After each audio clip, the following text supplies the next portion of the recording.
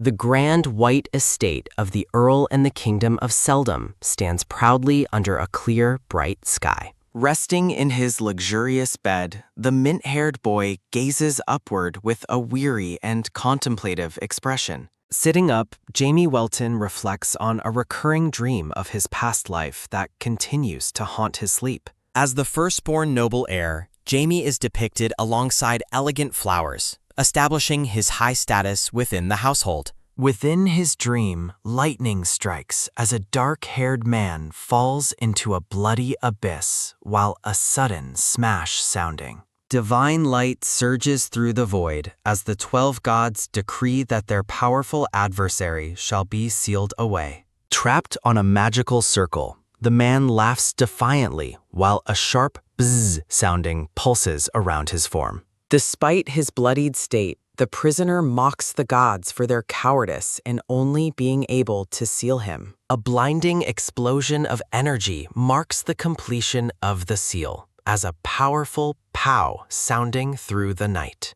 With a final roar, the man warns his captors that they will eventually beg for the release of death. As the dream concludes, the gods address the prisoner as Diablo Volpire, acknowledging the wait ahead. Reborn into a new life, the infant is bewildered while his mint-haired father and blonde mother dote on him. The mint-haired infant experiences a moment of sheer panic upon realizing his new body is incapable of speech. Back in the present, the older Jamie walks through the mansion hall, his expression distant and focused. His cheerful, gray-haired nanny greets him with a warm smile, delighted to see her young master awake.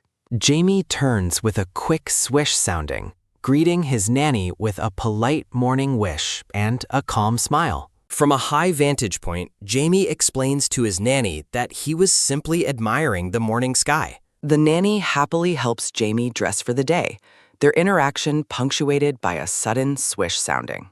Clad in formal noble attire, Jamie follows his nanny through the palace, his expression turning neutral and serious. Jamie sighs internally, steeling himself for the repetitive family routines he must endure each day. At the dining table, Jamie's parents and his little sister Sarah welcome him to a grand family breakfast. With a practiced smile and a graceful swish sounding, Jamie politely thanks his mother for her warm welcome. The family enjoys a peaceful meal together, as a soft top sounding resonates through the joy-filled room. Jamie and Sarah eat together, the young girl happily enjoying her meal while Jamie maintains his polite facade. Sears Belle Welton, the doting blonde mother, gazes at her lovely children with overwhelming love and pride. Earl Argno Welton, the mint-haired household head, shares a loving moment with his wife, praising her kindness. Jamie groans internally at his parents' affection while his little sister tries to feed him during breakfast. Young Sarah Welton excitedly offers her big brother a bite of food, her eyes wide with innocent joy. Jamie feeds his sister, much to the satisfaction of his parents, who find the sibling bond truly adorable. Despite the family's warmth, Jamie feels exhausted by the constant acting and longs for a moment of solitude. Back in his room, Jamie collapses with a heavy plop sounding, tired of the family's endless sentimentality. He rolls across the mattress with a soft roll sounding, acknowledging that the mansion's library is excellent. A small black creature lands on him with a plop sounding as Jamie laments his currently weakened powers. Jamie casually plucks the peeping creature from his head, his focus remaining on his long-term goals. He clenches his fist with a tight squeeze sounding, dark energy manifesting as he remembers the 12 gods. With black fluid on his hand, Jamie wears a sinister smile, while a dark drip sounding marks his intent. Dark power swirls with a sharp swoosh sounding as Jamie declares that time is firmly on his side. The nanny suddenly interrupts his dark thoughts, announcing that it is time for a story with the lady. Forcing a radiant smile, Jamie agrees to go, while secretly cursing the necessity of his innocent act. He laments having to act like a cute child every time he interacts with his doting family. Sears and Sarah wait eagerly on the couch, calling Jamie over with hearts and total affection. Jamie greets them with a dazzlingly bright smile, causing his mother and sister to react with shocked delight. Caught in a warm group hug, Jamie endures their doting praise while secretly wishing he could escape. Sears prepares to read a children's book about the great Mage Hines, hoping Jamie will enjoy it. The family sits together as Sears begins reading the story, the room filled with gentle chatter sounding. After finishing the book, Sears turns to Jamie with a kind smile, asking if he enjoyed the story. Jamie enthusiastically claims he wants to be a great mage, causing his mother to beam with pride. When Sears mentions his rapid progress, Jamie wonders if she is being sarcastic about his magical education. He realizes her praise is sincere, while Sarah adds her own happy thoughts about their kind father. Excusing himself, Jamie heads toward the library, ready to continue his studies after the family session ends. Sears beams with a radiant smile, asking Jamie for a big hug before he goes to study. Resting in the sun-drenched library, Jamie sighs while contemplating the weight of the knowledge he is forced to consume. Jamie stands up with another annoyed sigh, dreading the repetitive schedule of meals and the constant hovering of nannies. Walking through the opulent hallway, Jamie suddenly stops when he spots a mysterious gray-haired man standing near the statues. The gray-haired elder admires the lavish artifacts, commenting on the impressive wealth of the Welton household's dining area entrance. A purple swoosh sounding erupts as the elder releases a massive surge of mana, greeting the young heir with enthusiasm. Jamie glares intensely, shocked by the man's rank 7 power, and wondering how he bypassed the mansion's high security. Clenching his fist with a tight clench sounding, Jamie suspects the man might be an intruder, despite his calm appearance. A fierce swoosh sounding marks Jamie's defensive stance as he demands to know how the stranger entered his family's property. Looking down the hall, Jamie reflects on his currently weakened state, knowing he would easily crush this mage with his original power. Jamie prepares to attack with a sharp swoosh sounding, determined to teach the elder a lesson for letting down his guard. The elder mage observes Jamie with intense curiosity, fascinated by a 9-year-old child possessing such a tremendous amount of mana. Crackling with lightning, Marquis Rinmal unleashes a spell while Jamie watches with a look of genuine shock and alarm. A sudden bzzzt sounding fills the corridor as Jamie's anger flares, his eyes glowing with the grit of a true warrior. Recalling his past life as Diablo Volpire, Jamie reminds himself that he is a being whom even the gods once feared. Magic surges around Jamie with a powerful whoosh sounding as he counterattacks the elder mage with his own dark energy. A blinding blast of magical force echoes through the mansion hall with a sudden, heavy bam sounding. White smoke billows through the room with a soft push sounding as Jamie realizes his initial strike was completely ineffective. Jamie grinds his teeth with a grit sounding, frustrated that his current body's power failed to leave a single scratch. Marquis Rinmal beams with delight, finding the boy's attempt amazing as a radiant energy sparkles all around him. Declaring it is now his turn, the elder mage surges forward with a blinding flash of golden magical light. A series of crackle-sounding explosions surround Jamie, who realizes the mage's spell is intended to test him, not hurt him. Staring directly into the magical storm, Jamie remains unfazed with a done sounding, refusing to react to the elder's provocations.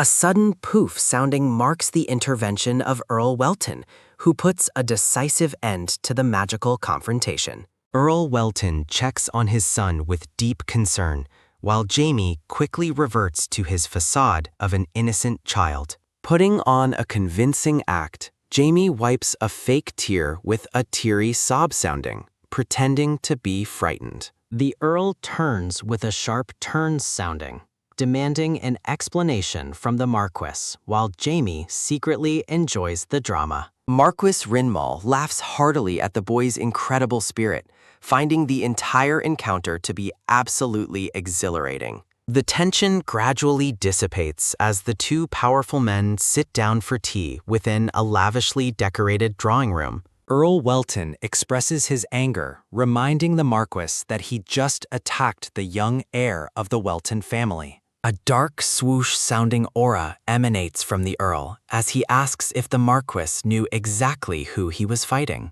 Marquis Rinmal remains calm, questioning the Earl on how much he truly understands about his own son's hidden potential. Earl Welton grumbles with a low, grrr sounding, frustrated that his search for a tutor resulted in a dangerous attack. To the Earl's utter disbelief, the elder mage suddenly declines the request to take Jamie as his personal pupil. Standing tall amidst crackling energy, the elder is revealed as Marquis Rinmal, a legendary rank 8 great mage. The Earl turns with a serious expression, worried that the Marquis believes Jamie lacks the necessary talent for magic. Marquis Rinmal clarifies that his refusal has nothing to do with the reasons the Earl is currently thinking about. To the Earl's absolute shock, the Marquis confesses that he is refusing because he simply cannot handle the boy's power. The elder mage explains that Jamie saw through the complex spell he cast, leaving the Earl speechless with surprise. Praising the boy's incredible guts, the Marquis notes how Jamie stood perfectly confident against a high-level magical attack. The elder recalls the intense and unwavering gaze in Jamie's eyes as the young boy faced the coming spell. Marquis Rinmal reveals that Jamie has already reached rank 3 or 4 without any formal help or education. A heavy da-dun sounding underscores the Marquess's prediction that Jamie may become a legendary rank 9 mage. Earl Welton clenches the arm of his chair with that tight clench sounding, trying to process his son's impossible potential. Swallowing hard with a sharp gulp sounding, the Earl reflects on the weight of having a son with such power. Marquis Rinmal predicts that the entire world will eventually be affected by the boy's awakening and rising strength. Sparkling energy zaps through the air as the elder mage smiles, anticipating the fun that the future will bring. The Earl remains silent and contemplative, his serious gaze fixed on the heavy implications of his son's magical rank. Earl Welton sits alone in the quiet study, lost in deep thought after the Marquis's departure from the room. Night falls over the grand mansion, and a weary ugh sounding echoes through the air as the day concludes. Jamie sighs, noting how hectic things became after his mother heard about the Marquis's recent actions. Sears squeezes Jamie in a protective hug, tearfully promising to teach the old man a proper lesson. The sound of a quick top sounding resonates as Jamie focuses his attention on a glowing purple gemstone. With a graceful swish sounding, Jamie acknowledges that he hasn't witnessed such immense magical power in ages. Jamie reflects on the Marquis's skill, admitting the elder could hold a place even in the mythical era. He thinks of his father, Earl Argno Welton, a powerful man whose presence commands respect and awe. A sudden da-dun sounding marks Jamie's shock as he finds Marquis Rinmal casually sitting on his bed. Jamie experiences a wave of goosebumps, sounding mortified that he failed to notice the elder's stealthy arrival. With a light giggle sounding, the Marquis teases Jamie for being so distracted that he missed a visitor. A startled yikes sounding and heavy thump sounding echo through the mansion as Jamie reacts to the intruder. Reeling from the surprise, Jamie demands to know what the Marquis is doing in his private room. Jamie sighs, impressed by the Marquis's effortless teleportation, and relieved his father decided to spare the elder's life. The Marquis continues his giggle sounding, amused by Jamie's shift from a polite child to a sharp-tongued mage. Looking visibly annoyed, Jamie argues that family and strangers deserve different treatment, further intriguing the old mage. The elder offers a steady glance sounding, observing the boy with a mixture of amusement and deep respect. A magical swish sounding and wish sounding accompany the Marquise as he presents Jamie with a special book. Jamie holds the ornate book, mesmerized by the glowing magical energy that begins to swirl around him. The Marquise claims Jamie's current technique is outdated, offering his own personal mana breathing method as a replacement. Jamie is shaking with silent humiliation, while the Marquise misinterprets his intense reaction as being deeply moved. The elder reveals he is sharing his unique mana-breathing technique for the very first time with anyone. Fully sold on the gift, Jamie wonders if a technique from such a high-caliber mage truly surpasses others. A sudden zap sounding startles Jamie as the Marquess begins to depart, leaving a lingering magical trace. With another zap sounding, the elder leaves after expressing his incredibly high expectations for Jamie's magical future. The magical energy fades with a final zap sounding, leaving Jamie alone to process the legendary mage's gift. Jamie breaks into a grin, full of confidence as he plans to shock the Marquess with his progress. He studies the book's diagram, detailing a method for gathering mana in the heart with maximum efficiency. With a quick flip sounding, Jamie searches for the obsolete flaws the Marquess mentioned in standard techniques. Jamie soon feels exhausted and dizzy, overwhelmed by the extreme complexity required to master this new breathing style. He gives the book a thoughtful tap sounding, realizing that manipulating every mana particle requires super precise control. Overwhelmed by the difficulty, Jamie collapses onto his bed with a heavy plop sounding to clear his head. He contemplates the disadvantages he found, concluding that replacing his current technique is nearly impossible for most. A sinister grin sounding crosses Jamie's face as he embraces his true, powerful identity as the legendary Diablo Fulpier. With a determined flip sounding, Jamie vows to consume every shred of knowledge contained within the Marquess's book. A sudden poof sounding and peep sounding herald the arrival of Black, who appears amidst swirling dark energy. The small creature perches near Jamie with another peep sounding, ready to help him master the new technique. A sharp swoosh sounding marks the start of the session as Jamie prepares to tackle the first obstacle. He reflects on the traditional requirements for practice, knowing he can bypass them with his unique spiritual bond. With a steady flap sounding, Black takes to the air to aid Jamie in breaking down the complex mana. Jamie begins the process with a powerful swoosh sounding, utilizing his spiritual contract with Black to manage the energy. A gentle flutter sounding fills the air as Jamie focuses on absorbing and storing mana directly into his heart. The morning sun bathes the mansion as a cheerful chirp sounding and soft chatter sounding drift through the halls. Earl Welton and an elderly maid fidget sounding with worry, wondering why the young master remains in seclusion. Peeking inside, the Earl finds Jamie deep in meditation, noting that the boy has been at it all night. A majestic swirl sounding and swoosh sounding of mana surround Jamie as he pushes his magical limits further. The Earl lets out a sharp gulp, sounding stunned by the massive amount of mana his son gathered overnight. A heavy dot-done sounding underscores the Earl's realization that Jamie possesses potential far beyond his wildest dreams.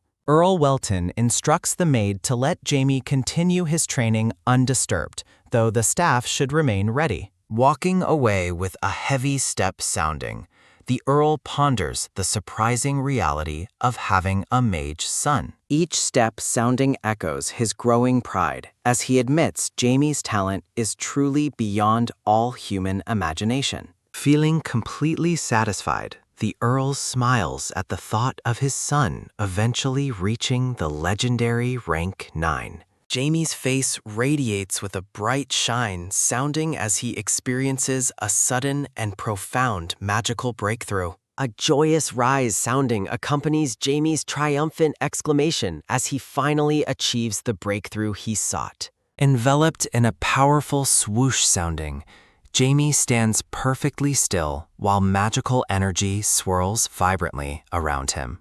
Black lets out a curious peep sounding, while Jamie decides that his current young body is not yet ready for modification. Jamie offers a happy rub-rub sounding to his familiar, reflecting on the familiar path of power he once walked.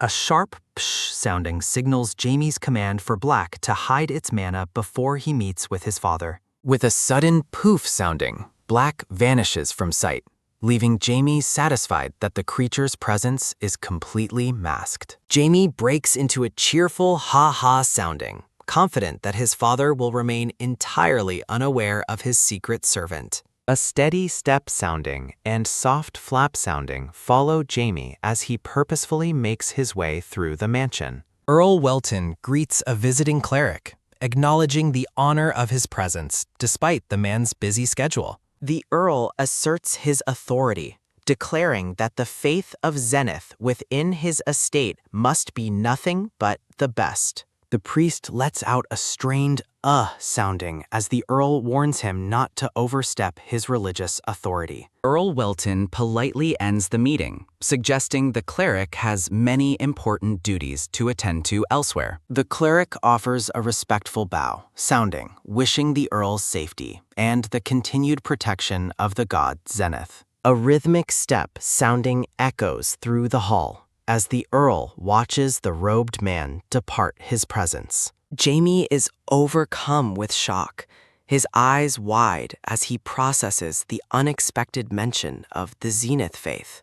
Observing the priest's departure, Jamie senses a foul and dirty energy emanating from the man's fairy flesh. Fury flashes in Jamie's eyes as he demands to know why the church would dare set foot in his territory. Jamie grumbles with a low grr sounding, deeply suspicious of his father's sudden efforts to establish a new faith. Determination sets in as Jamie vows that he will never allow the church to find a foothold in his land. Reverting to his innocent persona, Jamie politely knocks on the door to announce his arrival to his father. Father and son sit together for a quiet tea within the elegantly appointed drawing room of the Welton household. Earl Welton asks if Jamie finished his tasks, receiving a bright and cheerful smile sounding in response from the boy. The Earl notes his son's intense passion for magic, which Jamie confirms with wide-eyed, youthful enthusiasm. Jamie is momentarily taken aback, his expression shifting as he notices the sudden seriousness in his father's gaze. Surrounded by a chaotic chatter sounding, the Earl worries if Jamie possesses the mental strength to endure future public insults. Earl Welton promises his full support for Jamie's magical journey, while offering him the freedom to quit whenever he wishes. Jamie offers a radiant smile, assuring his father that he has absolutely no intention of ever giving up. A soft psh sounding alerts the Earl to the massive quantities of mana currently being absorbed into Jamie's body. Earl Welton flinches in pure disbelief, realizing that Jamie is simultaneously absorbing magical energy through every part of his body. A sharp gulp sounding escapes the Earl as he stares at his son, processing the impossible scale of his talent. Jamie excitedly reveals that he not only mastered the Marquis's book, but also corrected its many inherent flaws. Swallowing hard with a gulp sounding, the Earl wonders what kind of magical monster the Marquis has truly created. The Earl remains in stunned silence, looking down at his son with a mixture of immense pride and disbelief. A majestic golden light frames Jamie's profile as he remains calm and focused on his internal magical progress. Earl Welton laughs heartily, admitting that his own talents are insignificant compared to Jamie's legendary rank 9 potential. With a sudden rise sounding and a happy hee-hee sounding, the Earl stands to celebrate his son's incredible future. Jamie lets out a weary sounding as his father continues to affectionately and relentlessly pat his head. A sudden shook-sounding and surprised exclamation mark, the Earl pointing directly at the invisible creature atop Jamie's head. Jamie is visibly shocked, his heart racing as he realizes his father can actually see his secret servant. Panic grips Jamie as he wonders how his father could possibly sense black through a perfect invisibility spell. The Earl describes the creature's round shape, casually noting how cute he finds the hidden familiar to be. Looking down sounding, Jamie confesses he created the familiar himself, admitting he feared his father's shocked reaction. A massive hug sounding and oof sounding follow as the Earl excitedly celebrates Jamie's ability to create life through magic. Jamie lets out a heavy sigh, sounding, feeling completely overwhelmed by the excessive love of the Welton household. Night settles over the mansion, while the distant chatter sounding of the household staff drifts through the evening air. Jamie dons a dark hood, his expression turning cold and serious as he prepares for a secret night excursion. A sudden poof sounding erupts as Jamie unleashes a massive surge of dark magical energy within his room. Spreading dark, shadowy wings, Jamie begins to fly, soaring high above the quiet streets of the city. In a secluded alley, two men share a weary sigh, sounding while discussing their boss's dangerous and mandatory orders. A scarred man in a blue shirt shouts at his companion, furious that human trafficking has crossed the line. Overlooking the alley, the scarred man warns that Earl Welton would annihilate them for trafficking children in his estate. A vision of the Earl wielding a bloody blade appears, illustrating the lethal consequences of crossing the powerful noble family. The two criminals decide to flee, adhering to the code of the Undercity by refusing to snitch on their fellows. The scarred man settles with a heavy plunk sounding, realizing the entire gang will hunt them regardless of where they hide. One man grumbles about the idiocy of starting the trafficking operation, deeply regretting the danger they now face. A sudden, heavy step sounding startles the duo as they sense a mysterious presence lurking behind them in the dark. A hooded figure approaches as a rhythmic tap sounding echoes, prompting the purple-haired man to demand the intruder's identity. Jamie, hidden beneath his dark hood, chuckles sinisterly while his single glowing eye pierces through the shadows of the alley. The scarred man loses his patience with a quick clench sounding of his fist, preparing to strike the silent intruder. With a roar of defiance, the scarred man throws a powerful punch with a sharp swing sounding toward Jamie's head. The purple-haired man joins the fray with a swift whoosh sounding of his blade, aiming to finish the hooded boy. To their collective shock, their attacks pass through empty air as the hooded boy vanishes with impossible speed and grace. The criminals scanned the area with a frantic-looking sounding, unable to locate the intruder in the dim stone alleyway. A terrifying shudder sounding grips the men as they suddenly feel an oppressive, dark energy looming directly behind their backs. Jamie descends from the air with a soft shh sounding, hovering over the criminals with an aura of absolute dominance. Jamie grins with wicked intent, his face illuminated by flashes of magical energy as he prepares to begin his interrogation. Arcs of purple energy lash out at the criminals, paralyzing them with fear as Jamie's power fills the narrow alley. The criminals kneel before Jamie, finishing their explanation of the human trafficking operation while acknowledging their certain doom. Their expressions go completely blank, sounding as they process Jamie's overwhelming strength and his connection to the Earl's territory. Jamie contemplates their fate, wondering if these petty criminals are truly foolish enough to court a premature death. He grinds his teeth with a grit sounding, annoyed by the meddling of gods and the stupidity of the underworld. Jamie ponders the criminal leader's motivations, certain that anyone in Heiss should know the true terror of his father. A magical circle appears with a low buzz sounding as Jamie places his hand on the scarred man to cast a spell. Amidst a swirling whir-sounding portal, Jamie commands the controlled men to run to his father and reveal the plan. The brainwashed criminals depart with a rhythmic step sounding, now serving as Jamie's pawns to expose the criminal organization's plot. Jamie watches them leave, a soft shh sounding aura of dark energy billowing from his cloak like shadowy, tattered wings. A massive, shadowy limb erupts with a sudden whoosh sounding, striking out from the darkness to intercept the fleeing men. A heavy bam sounding echoes as the criminals are slammed into the wall by a new, powerful enemy hidden nearby. Jamie observes the fallen men as an sounding groan escapes them, noting the arrival of several more hooded figures. More attackers arrive amidst a low chatter sounding, worried that the loud commotion will soon attract the city guards. Jamie unleashes a brilliant surge of power with a sudden poof sounding, manifesting a massive magical crest above his head. With a graceful swish sounding, Jamie counters the surrounding enemies, displaying a level of magic far beyond his youthful appearance. Jamie stands defiantly as magical energy crackles around him, mocking the newcomers for thinking they could easily dispose of him.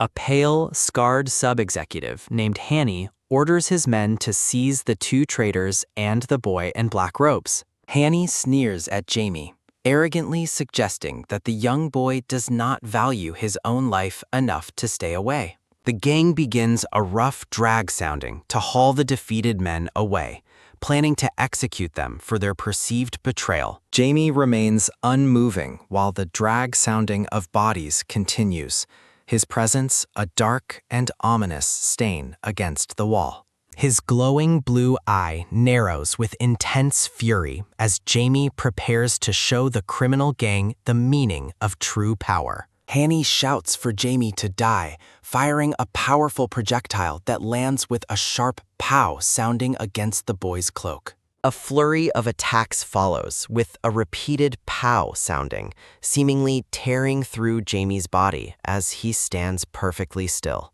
Hanny laughs with maniacal glee, finding the supposed destruction of his enemy to be a wonderful and satisfying sight. The criminal executive unleashes a massive explosion of fiery energy, desperate to ensure that nothing remains of the hooded intruder. As the dust settles with a long shh sounding, Hanny looks down at a crater where Jamie should have been. Hanny is overcome with shock, letting out a loud shout sounding as he realizes his direct attacks failed to kill Jamie. A terrifying shudder sounding runs through Hannah's body as Jamie's voice suddenly whispers a chilling question from directly behind him. Hanny spins around with a frantic turn sounding, trembling as he realizes Jamie has been playing with him the entire time. Jamie giggles with a chilling, playful malice, taunting Hanny for having the audacity to try and kill his own subordinates. Hanny stares in absolute horror at the ominous aura surrounding Jamie, realizing the boy is a monster beyond his comprehension. Paralyzed by Jamie's overwhelming presence, Hanny cowers in fear as the hooded boy looms over him with a terrifying gaze. Hanny screams a death threat as he unleashes a rank 3 explosion spell, though a sudden blaze sounding erupts with less force than a rank 5 detonation. The scarred sub-executive glares with absolute hatred, certain his magical burst will be enough to incinerate the small punk. A blinding light fills the narrow alleyway as the explosion lands with a massive burst sounding, seemingly consuming the intruder. A chilling shh sounding precedes Jamie's calm inquiry about human mental toughness, leaving the shocked Hanny trembling in disbelief. Jamie looms over Hanny with a menacing shh-sounding aura,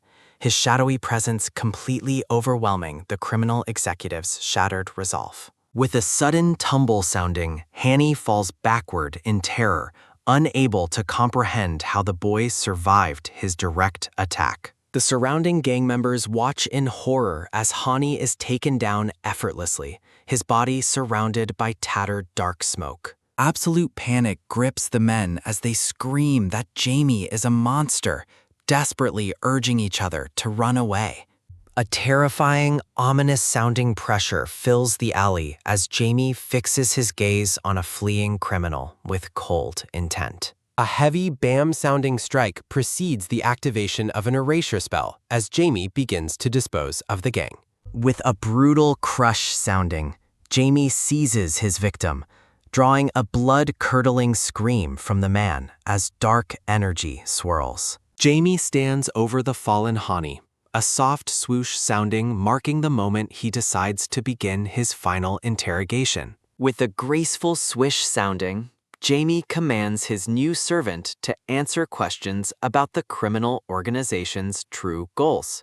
Hannah's expression goes blank sounding as the brainwashing takes full effect, causing him to acknowledge Jamie as his master. A weary groan sounding escapes Hani as he confesses that their boss specifically ordered the trafficking of young children. Jamie ponders Hannah's fate, noting that while his body is unharmed, his soul is crushed and he will die soon. A pained groan sounding confirms Jamie's assessment that Hannah's worthless soul makes him a poor candidate for an eternal undead. Jamie reflects that a rotting undead creature would be too conspicuous in this region, a swish sounding punctuating his thoughts. With a powerful wish sounding, Jamie prepares to absorb Hannah's mana as a final meal before the executive's life expires. A soft psh sounding marks the end of Hanny as Jamie stands over the empty shell, satisfied with the results. Jamie wipes sounding his mouth, acknowledging the large amount of mana he just devoured, despite its impurity and his physical limits. Jamie turns to the two original criminals, noting they won't last long despite his efforts to save them with mana. A sudden swish sounding and psh sounding erupt as Jamie begins a complex ritual to bind the two dying men. With a sudden poof sounding and curious peep sounding, the small familiar black reappears to assist Jamie with his magic. Jamie's hand glows with a psh-sounding energy as he initiates the forbidden art of necromancy to reclaim his subordinates. An ancient text defines necromancy as the power to reanimate and control the dead through methods distinct from typical resurrection. Jamie commands the two men to become his loyal servants, their forms crackling with a powerful surge of purple energy. With a low buzz sounding, Jamie promises them a life beyond death as his eternal shadow soldiers within the alley. A sharp psh sounding accompanies the expansion of dark energy as Jamie's power begins to rewrite the man's fading life force. Black grows into a massive, shadowy beast with a fly-sounding roar, circling the area to anchor the ritual's power. Jamie's eyes glow with a wish-sounding intensity as he focuses his will to finalize the soul-binding contract with them. A rhythmic rattle sounding shakes the purple-haired man as the dark magic completely consumes his original identity and physical form. Jamie declares that a body of immortality awaits them amidst a chaotic buzz sounding of dark, surging magical discharge. A heavy groan sounding and tears of blood mark the final, painful transformation of the two men into stable undead. Jamie shouts with authority, pushing his mana to the absolute limit to stabilize the complex necromantic process for his pawns. A final, agonizing scream erupts from the purple-haired man as his humanity is stripped away to serve his new master. Black's massive wings flap, sounding over the scene, casting tattered shadows as the transformation ritual reaches its dark conclusion. A sharp wish sounding marks the end of the ritual as Jamie observes the two men, now his perfect servants. The two men kneel obediently, their voices a synchronized shh sounding as they pledge their eternal command to their master. Jamie notices dark smoke and a persistent shh sounding emanating from their bodies, wondering if he made a fundamental mistake.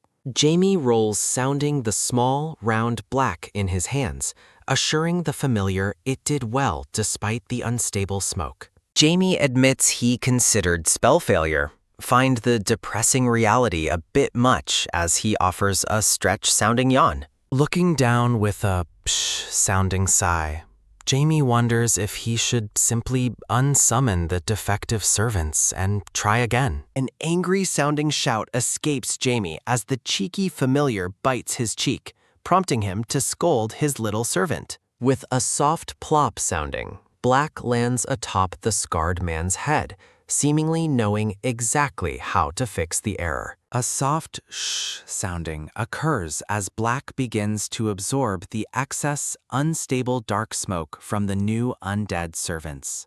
Jamie is impressed as he watches Black chew sounding on the corrupt mana, stabilizing the two men's new immortal bodies. With a final poof sounding, Black finishes his cleaning meal, leaving the alley clear of any unstable, tattered dark energy. A clean-sounding aura settles over the kneeling men, confirming they are now perfect, stable shadow servants under Jamie's control. A final peep sounding escapes the now bloated and huge familiar as he rolls on the ground after his meal. Jamie offers a warm smile, his hand coming down with a gentle pat, sounding to praise Black for his hard work. Jamie looms over Ryza, formerly Philip, as a chilling shh-sounding aura marks the final binding of his absolute authority. A sudden, blinding flash sounding erupts as the dark magical ritual consumes the two men, sealing their fate as undead pawns. The alleyway falls quiet while Jamie stands before the two kneeling men,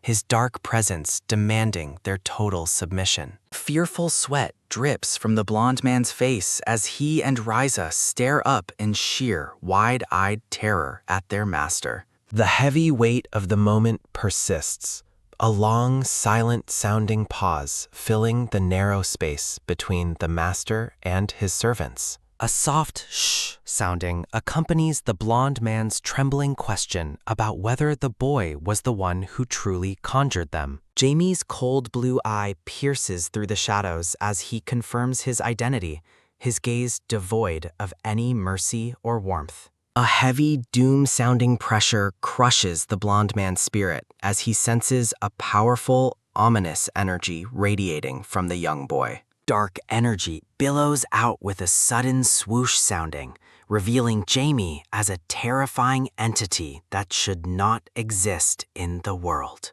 The blond man's throat tightens with a loud gulp sounding as he realizes the sheer, monstrous scale of Jamie's dark power. Jamie's malicious grin widens while he mocks their fear, asking if they truly believe he is a monster like the Demon King. Ryza shouts with a sudden wish sounding, desperately declaring that Jamie certainly does not look like any mere human in their eyes. Jamie finds their lingering rebellion fascinating, a soft shh sounding punctuating his disappointment in their lack of loyalty despite his magic. With a sharp wish sounding and a heavy pow sounding, Jamie slams Ryza into the ground to violently enforce his rule. A low buzz sounding crackles around Jamie as he threatens to erase Ryza's existence if he ever sees that look of defiance again. A terrified shudder sounding runs through Ryza as he bows low, pleading his absolute understanding and submission to his master. Jamie turns his icy gaze toward the blond man, a soft shh sounding warning him to remember this brutal lesson well. Jamie observes his pawns, reflecting on the absolute nature of soul submission and the cold reality of their eternal contract.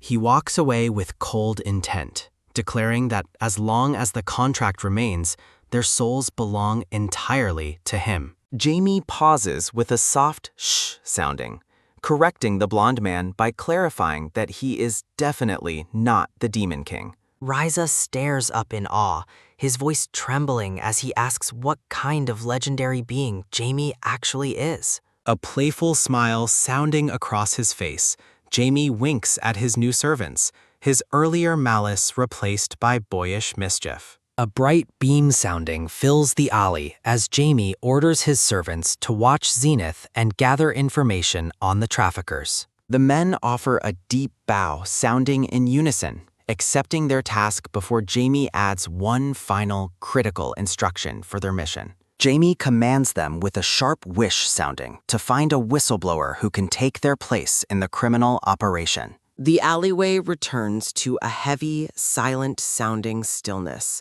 as the two servants remain bowed before their departed master. A soft shh sounding marks Jamie's sudden disappearance, leaving behind only an empty outline and two utterly shocked men.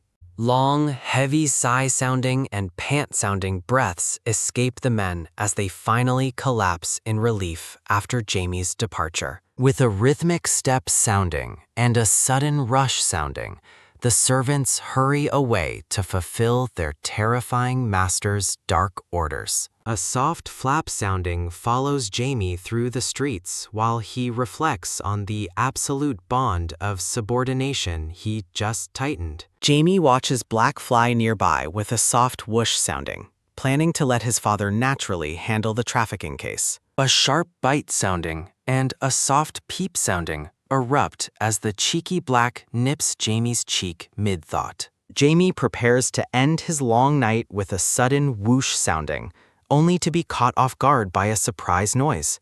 A violent pow-sounding impact from behind knocks the wind out of Jamie as a stranger crashes into him. A messy tumble sounding sends both boys to the ground, drawing a pained R sounding from the brown-haired stranger. Jamie spins around with a sudden turn, sounding a soft shh-sounding aura of annoyance darkening his face as he glares. The brown-haired boy is triggered by Jamie's small stature, realizing he just crashed into someone he thinks is a child. With an accusing point sounding, the brown-haired boy shouts that Jamie shouldn't talk, being a little kid himself. Jamie offers a sharp turn sounding and a mock bark sounding, dryly noting that he is indeed only 9 years old. A sudden flinch sounding and a sharp stop sounding freeze Jamie in place as he senses a familiar, annoying presence nearby. The brown-haired boy is baffled, shouting a confused "what" sounding as Jamie turns away with a menacing, dark-eyed gaze. Jamie realizes the familiar Black is to blame,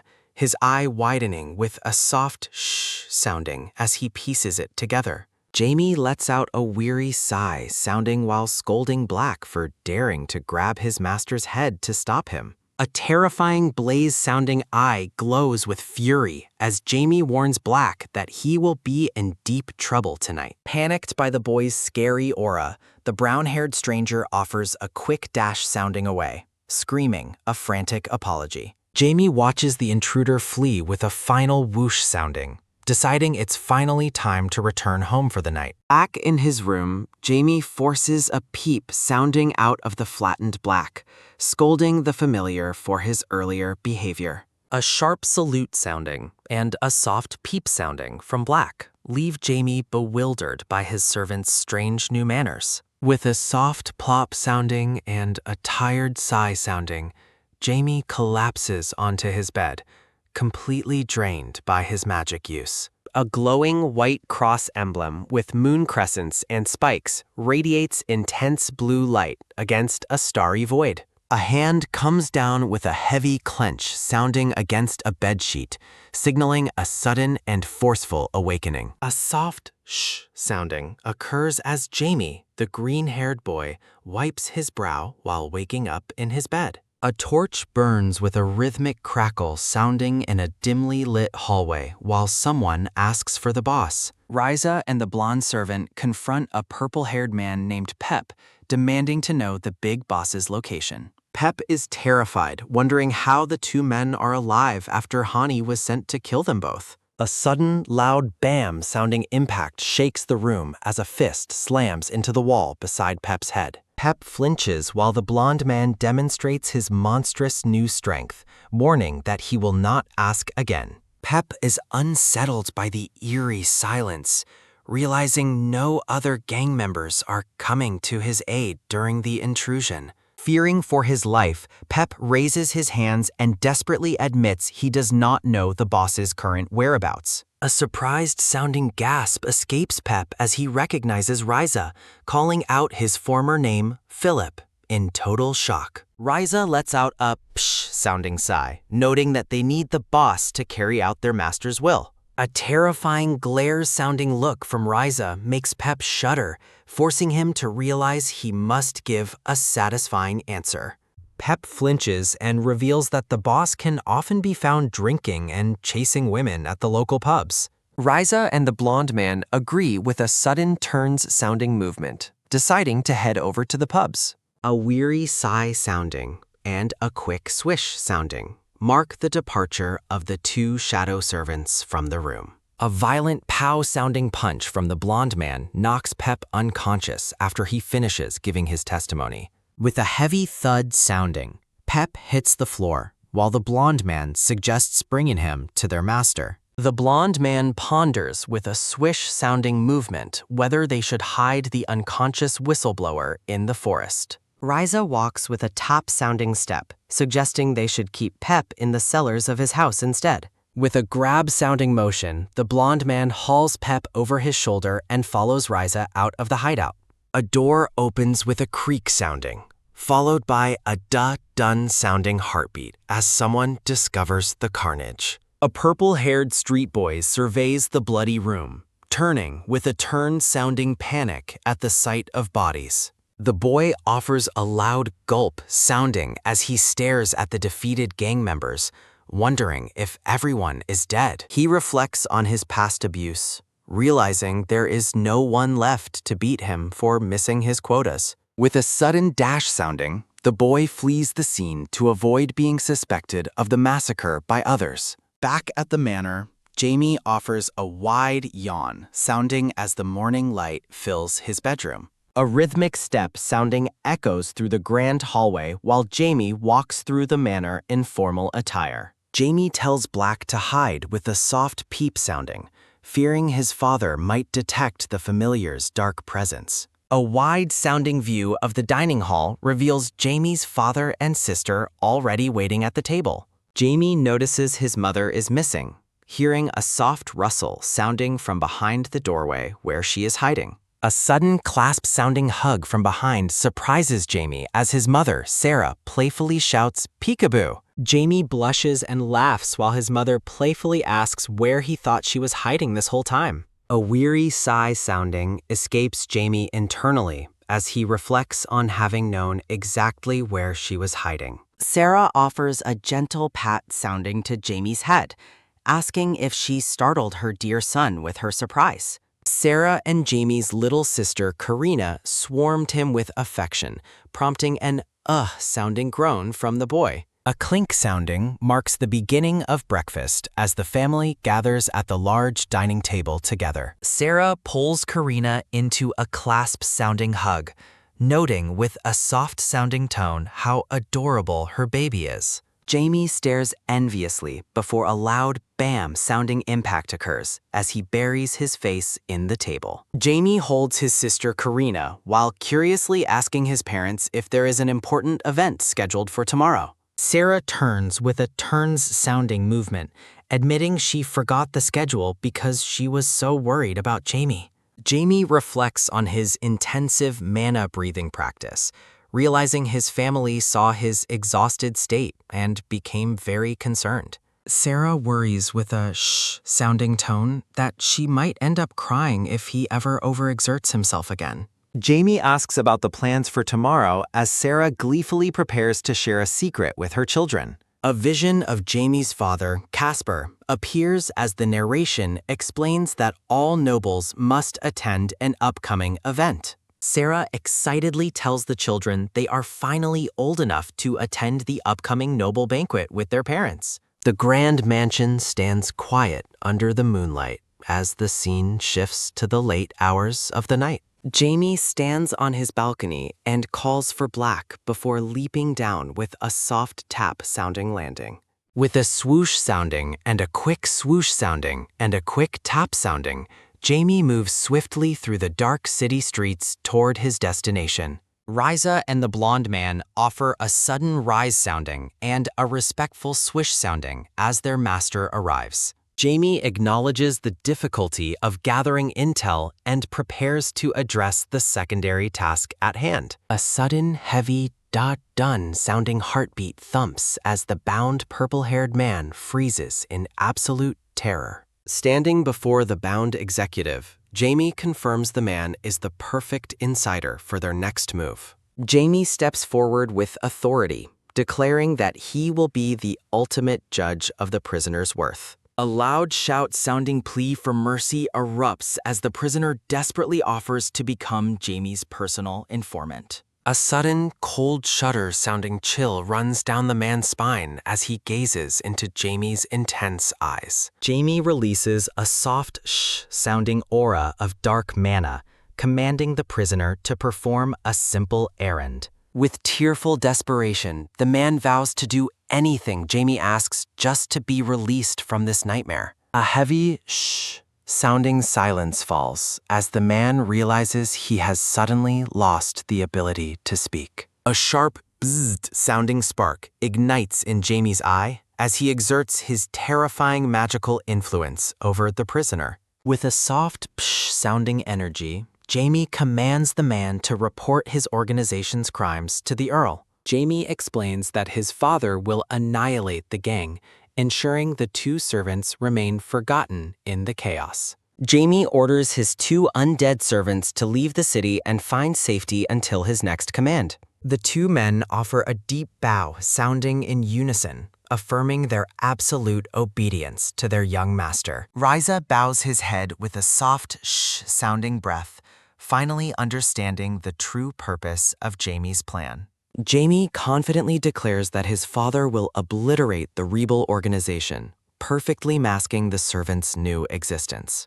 Jamie offers a quick turn-sounding movement, warning his servants to avoid causing any unnecessary scenes while away. A sudden wish-sounding movement and sharp turns-sounding stop occurs as Ryza calls out to his master. With a soft shh-sounding sigh, Ryza wonders what kind of supernatural beings they have truly become now. Under the full moon, Ryza notes that their physical power has drastically increased since their supposed deaths. Ryza looks taken aback, realizing he may have crossed a line with his personal question to the master. Jamie lets out a bright laugh, amused that his new undead servants have accepted their fate so quickly.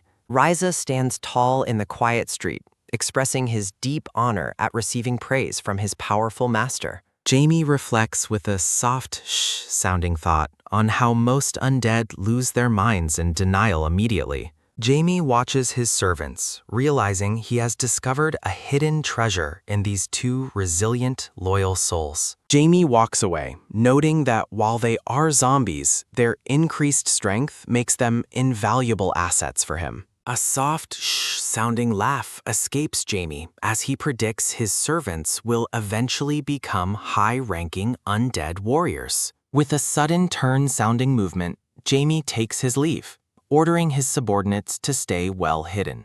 A soft peep sounding from Black accompanies Jamie's nostalgic reflection on the fun he had during the encounter. Jamie gazes at the grand estate under the stars, deciding it is finally time to return home tonight. Standing over a blood-stained floor, Jamie's father, Casper, prepares to handle the criminal whistleblower's shocking testimony personally. A rhythmic clip-clop sounding follows the carriage as Jamie wishes he could simply use a teleportation spell. Sarah smiles warmly amidst the clip-clop sounding journey, noting how much the world has improved over time. Jamie reflects on the immense technological progress made during the long centuries while he was sealed away. A terrifying vision of the Demon King's past invasion fills the air, recalling a chaotic era of underworld creatures. Jamie sits quietly in the carriage, relieved that no major global catastrophes have occurred for quite some time. A dark shh-sounding energy swirls as Jamie plans his future battle against the foolish 12 Gods' forces. A sudden flinch sounding and a soft sounding cry from Karina pull Jamie out of his thoughts. Jamie lets out a soft psh-sounding sigh, deciding to focus entirely on the upcoming noble party instead. A wide view reveals the sprawling city of Reason, the vibrant heart of the kingdom's immense wealth. The carriage passes through the gates amidst a constant chatter sounding from the bustling crowds of the city. A loud bustle sounding and a rhythmic ding-dong sounding bell fill the air of the crowded marketplace. With a sudden open sounding of the carriage window, Jamie stares out in absolute awe at the city. Sarah laughs at Jamie's excitement, explaining that Reason handles more trade than almost any other continental settlement. A rhythmic clip-clop sounding continues as Jamie reflects on how this city powers the entire kingdom's economy. The carriage rounds a beautiful city fountain, drawing closer to their final destination within the noble district. Jamie beams with excitement, telling his mother that his heart is racing to finally meet Earl Simon. A sudden clasp-sounding hug from Sarah surprises Jamie, drawing a pained sounding groan from the boy. Sarah assumes Jamie's excitement stems from his mage aspirations, leaving the boy looking completely exhausted and drained. Sarah describes Earl Simon's legendary status as a great mage, while Jamie sits in blank-sounding stunned silence. A crimson lotus flower blooms ominously against a dark backdrop, symbolizing the lives claimed by its terrifying magical power. As the carriage moves with a rhythmic clip-clop sounding pace, Jamie asks his mother about the host's character. Sarah describes a man with blood-red hair, giving the green-haired Jamie a sudden, chilling goosebumps-sounding sensation of dread. Jamie reflects dismissively on the Red Lotus Mage title while the carriage continues its steady clip-clop-sounding journey. The grand carriage arrives at the estate gates as Jamie thinks about his upcoming meeting with the powerful mage.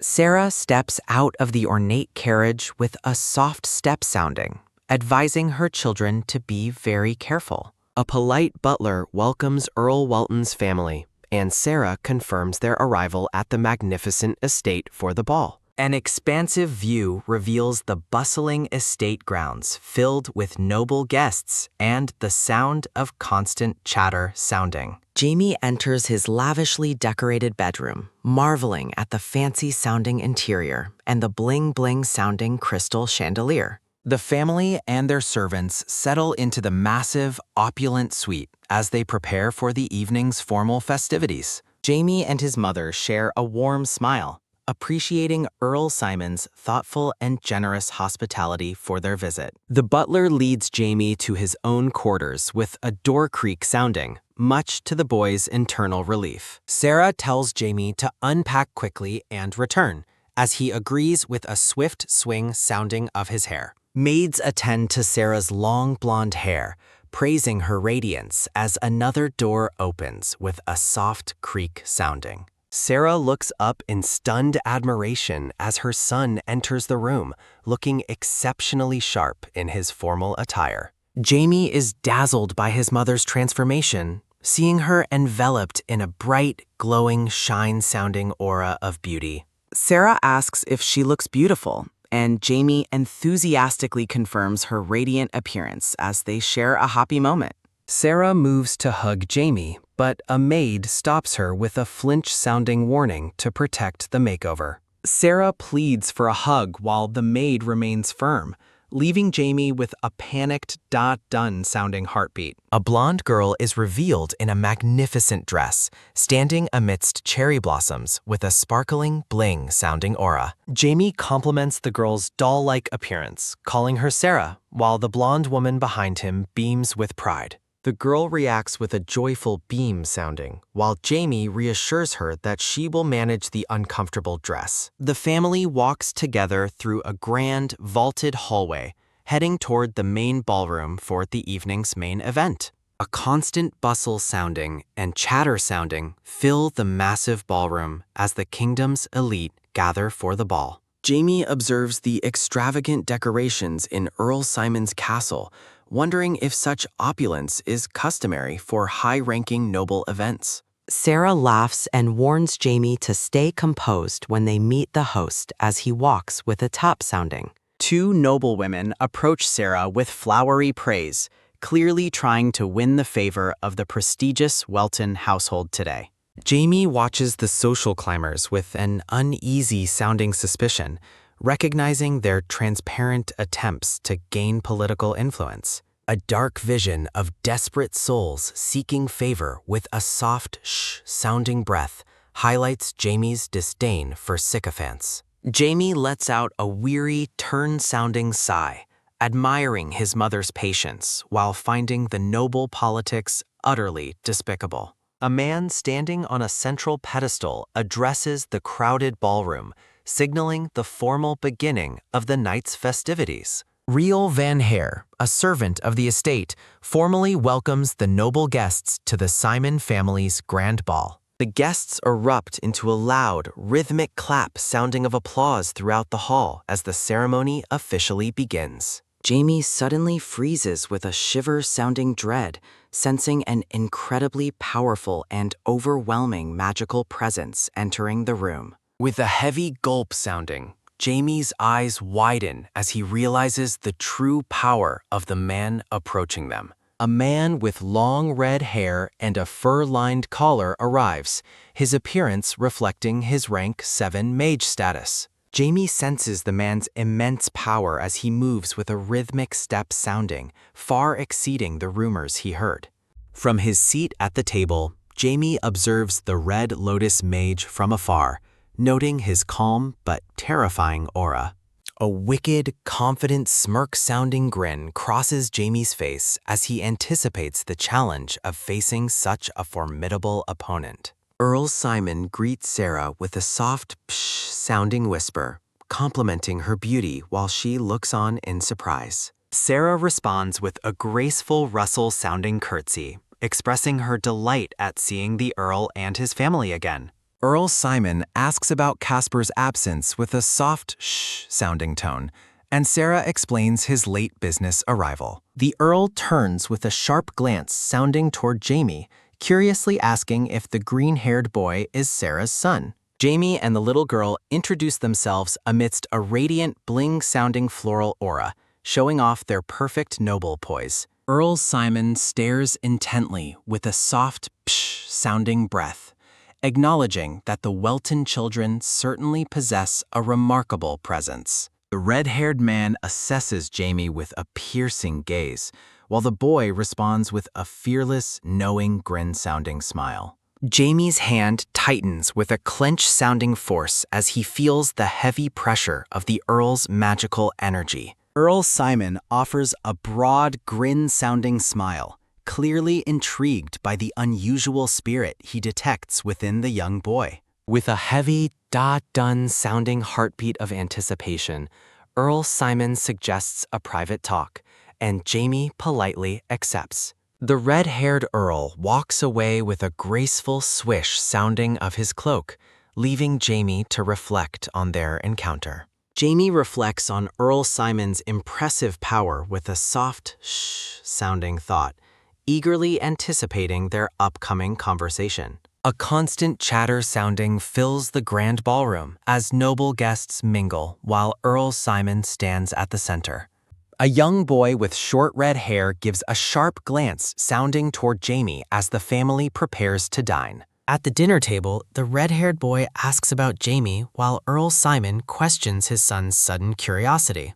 With a confident grin sounding, the boy notes Jamie's future status, wanting to measure himself against his noble peers. Earl Simon lets out a soft, humph-sounding breath, acknowledging that Jamie already commands respect among the noble children.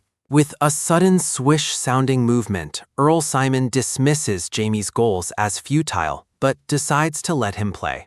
Earl Simon orders a pre-meal drink while the family sits in a heavy, expectant silence at the lavish table. A gentle tap sounding from his mother draws the red-haired boy's attention as she attempts to comfort him. The boy offers a playful hee-hee sounding laugh, reassuring his mother that he will handle the situation with Jamie. The mother requests a drink for herself while the red-haired boy falls into a deep, silent contemplation. A cold-sounding shadow falls over the boy's face as his competitive spirit toward Jamie begins to intensify. The boy internally rejects any friendship with Jamie, viewing the green-haired mage as nothing more than a lowly twerp. A dark vision of Jamie bloodied and defeated fuels the boy's resolve to make his rival bow before him. A sudden tap sounding on his shoulder reveals Earl Simon's approval of his son's fierce and ambitious nature.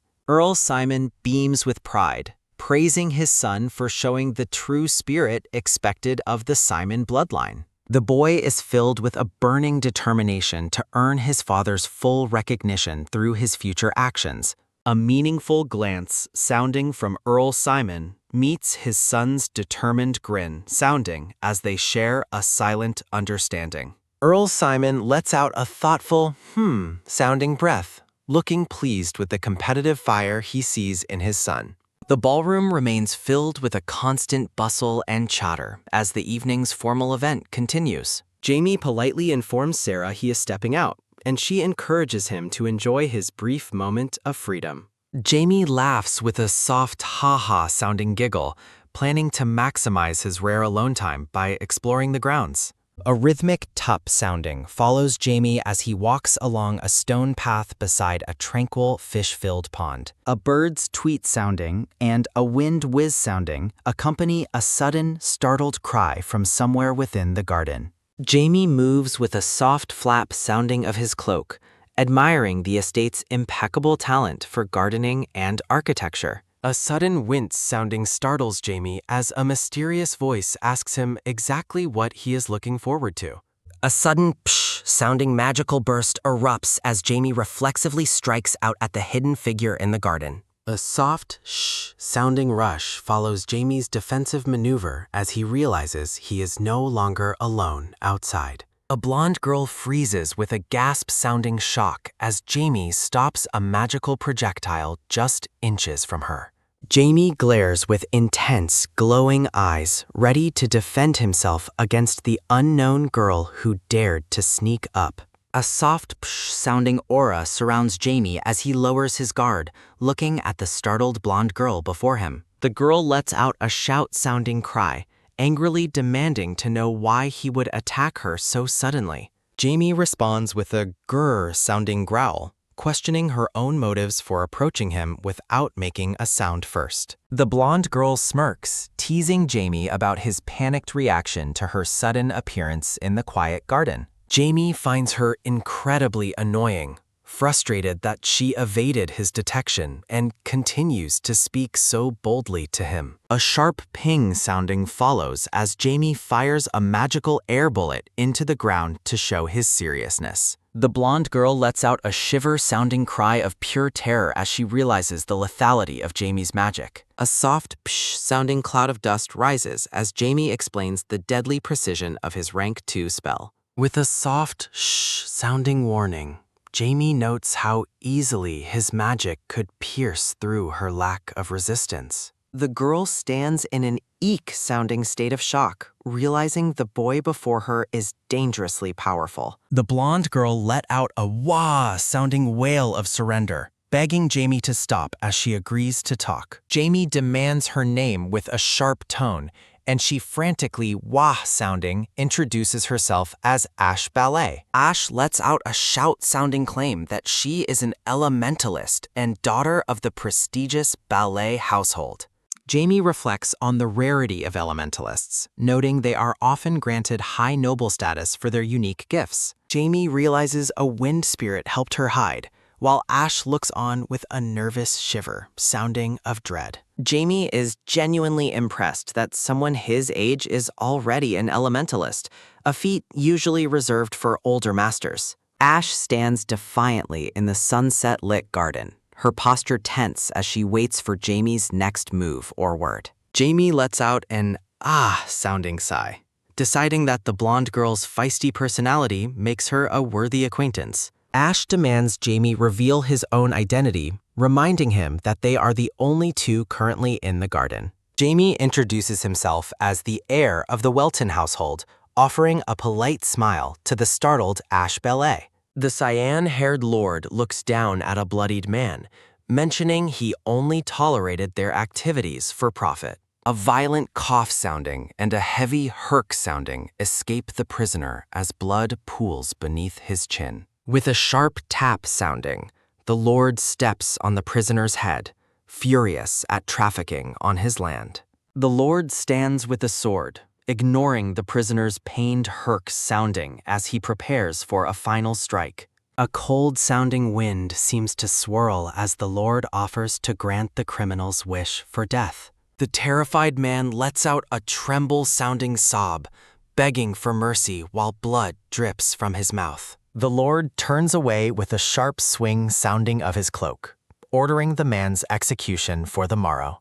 A soft flap sounding follows the cyan-haired lord as he departs the stone chamber while his men bow. The lord orders his carriage prepared, and his subordinate responds with a loud and respectful acknowledgement. A rhythmic clip-clop sounding echoes as the lord's carriage passes through the estate gates under a foggy sky. The prisoners weep together in their heavy chains, mourning their captured leader with a quiet, sob-sounding grief. A hooded figure watching from a tree lets out a frustrated swish sounding, annoyed by the operation's sudden failure. A sharp crack sounding marks the destruction of a magical orb as the observer prepares an alternate plan. A sudden splash sounding from a central fountain breaks the tranquility of the lush, sun-drenched estate garden. A rhythmic tup sounding follows Jamie and Ash as they walk through the garden's sprawling, stone-paved paths.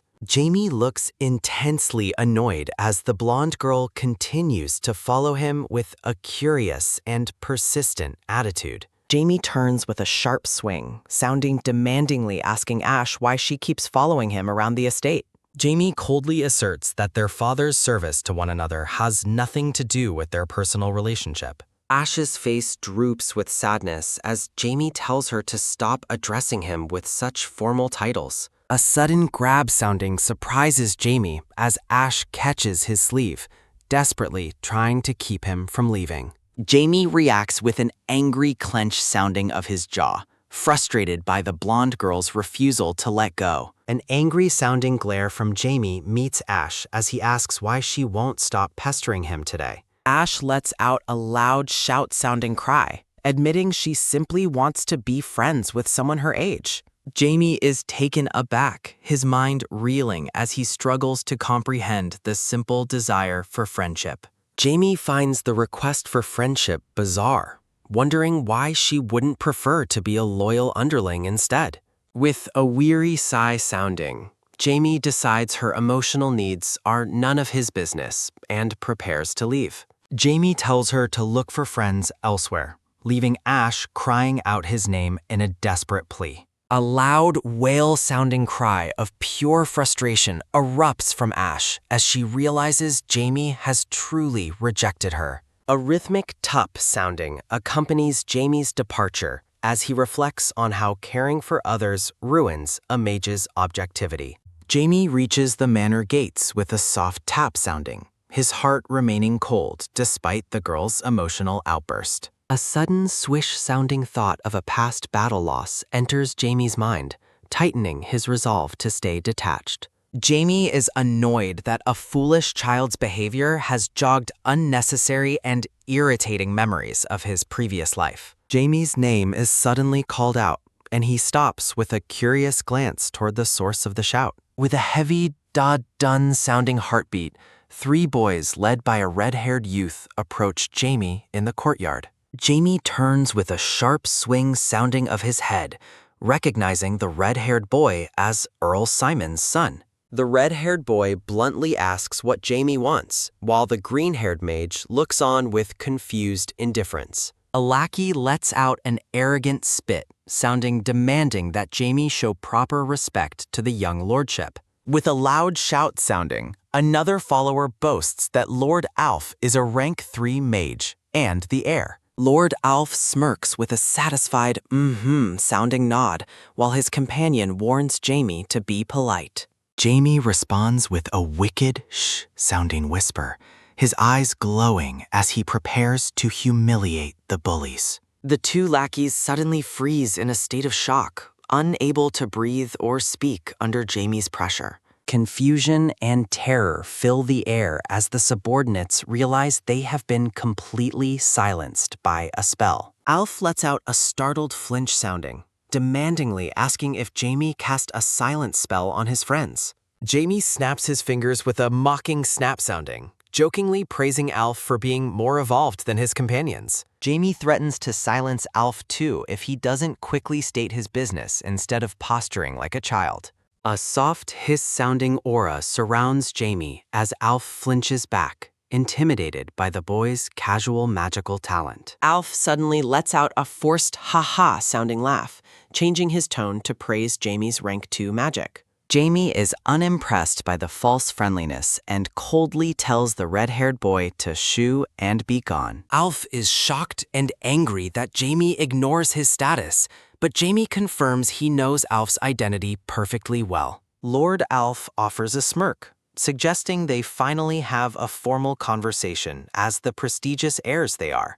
Alf tries to play off his hostility, but Jamie knows the red-haired boy only stopped due to magical pressure. Alf suggests they form a childhood friendship, but Jamie sees through the red-haired boy's manipulative sweet-talking. Jamie flatly rejects the offer, turning away and telling the red-haired boy to get lost and stop playing games. Alf reacts with an angry-sounding shout, furious that Jamie would dare to decline his so-called kind offer. With a swoosh-sounding surge of energy, Alf vows to crush Jamie and his puny magic. A poof-sounding burst follows as Alf attempts to force Jamie into becoming his subordinate through raw power. Alf wields a magical artifact with a bzzzt-sounding hum, while Jamie remains completely unfazed by the display. Jamie lets out a ha-sounding chuckle, amused that the red-haired boy has finally resorted to using force. A shh-sounding aura surrounds Alf as he grins, finding this violent path much easier than negotiation. Jamie looks on with disgust, finding the hypocrisy of the red-haired child to be truly rare and despicable. A memory of Lord Simon surfaces, warning that their parents would be saddened to learn of such behavior. Alf activates his magic with a shh-sounding burst as Jamie warns him about the trouble he is causing. Alf lets out a grin-sounding smirk, dismissing Jamie's warnings about the consequences of causing a scene. A massive whiz-sounding blast erupts from a thud-sounding step, manifesting a powerful ice barrier around them. Jamie lets out a ha-sounding shout, recognizing the barrier as nothing more than a decent artifact of illusion. Alf boasts that Jamie will soon be begging for mercy, regardless of his knowledge of the magical item. The two lackeys let out a startled ah-sounding cry as Jamie's hidden power begins to manifest around them. A bzzzt-sounding energy hums as Alf curses Jamie's Welton lineage, demanding to know if he truly wishes to die. Jamie lets out a sounding hum of indifference, silently acknowledging that the artifact is actually quite decent. With a swish-sounding turn, Jamie ignores the red-haired boy's threats, his gaze remaining cold and detached. A purple swoosh-sounding affliction spell manifests as Alf rages that the Welton household's influence ends today. Blood begins to drip, sounding from the boys' faces as Jamie warns them against turning off the artifact's effect. Jamie makes a swish-sounding gesture, threatening to let everyone see them suffer in disgraceful pain if they resist. The three bullies collapse onto the pavement, one groaning that his head feels like it is about to explode. Alf is shown in a state of tremble-sounding terror, bleeding and broken under the weight of Jamie's magic. A close-up reveals the red-haired boy weeping in agony, his pride shattered by Jamie's overwhelming and terrifying power. Alf reflects in shock on Jamie's magical mastery, baffled that a member of a swordsman clan possesses such strength. Alf lets out a heavy, pant-sounding breath, struggling to recover from the intense mental and physical trauma. A glare-sounding expression of hatred fills Alf's face as he vows not to tolerate such a humiliating defeat. A rhythmic tup sounding follows Alf and his followers as they march through the manor's grand carpeted hallways. The lackeys whisper their fears about stealing magical equipment, but the red-haired boy remains cold and focused on revenge. Alf snaps at his followers to shut up and obey, his resolve hardened by the memory of his recent humiliation. The boys are startled when a red-haired youth suddenly blocks their path, interrupting their secretive and desperate mission. Lennon lets out a hee-hee sounding giggle, watching his younger brother with a mixture of amusement and curiosity. Alf stops with a swish sounding halt, demandingly asking his brother Lennon what he is doing in the hallway. Lennon offers a glowing artifact with a ta-da sounding flourish, eager to help his brother settle his score. Lennon encourages Alf to take the jewel, insisting that teaching the Welton kid a lesson is all that matters. Alf accepts the artifact with a grin-sounding smirk, his eyes glowing with the promise of newfound magical power. A clip-clop-sounding carriage passes through the estate gates while the moon shines brightly over the garden. A creak-sounding door opens as Earl Welton steps from his carriage with a rhythmic tap-sounding footfall. Lord Simon offers a beam-sounding smile,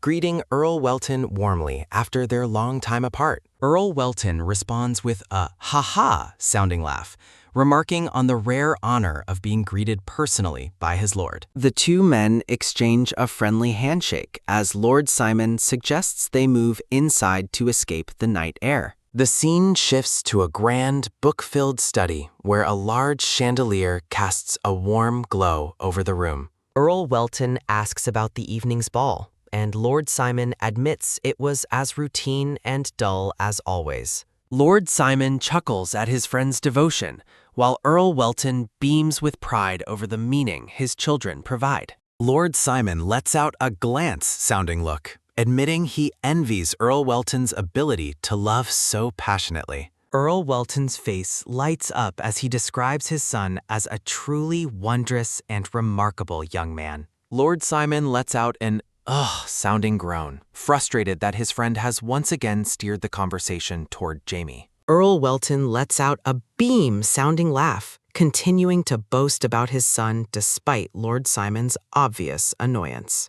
Lord Simon lets out a grin, sounding as he admits that Jamie is truly overloaded with magical talent. A vision of Jamie as a legendary mage appears while the narrative discusses the history of gifted humans. Lord Simon asks Earl Welton if he has also witnessed the boys' incredible potential during their recent time together. Earl Welton insists that Jamie must become a mage, believing his knack for magic is vital for the world. Lord Simon praises his friend's cleverness in securing a great teacher to guide the boys' extraordinary magical growth. Lord Simon predicts that Jamie will eventually challenge himself to become a rank 9 mage, a legendary status. Lord Simon admits to being envious of Jamie's gifts, but is eager to see a sublime power manifest. Earl Welton gives a flinch-sounding startle as Lord Simon's intensity begins to fill the quiet, book-filled study.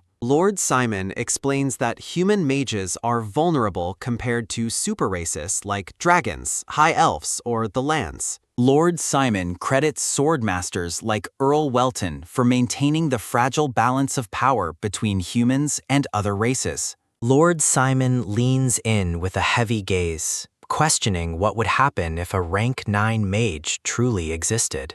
Lord Simon asserts that even dragons would not dare to scorn humanity if they possessed such an ultimate power. Lord Simon speaks of a necessary but forgotten history that only a few people on the continent still remember. A map reveals a history from 10,000 years ago that was completely wiped out by a mysterious ancient event. Earl Welton realizes Lord Simon believes humans must gather enough power to withstand potential conflicts with the super races. The two men sit in silence as the weight of their conversation lingers under the glow of the chandelier.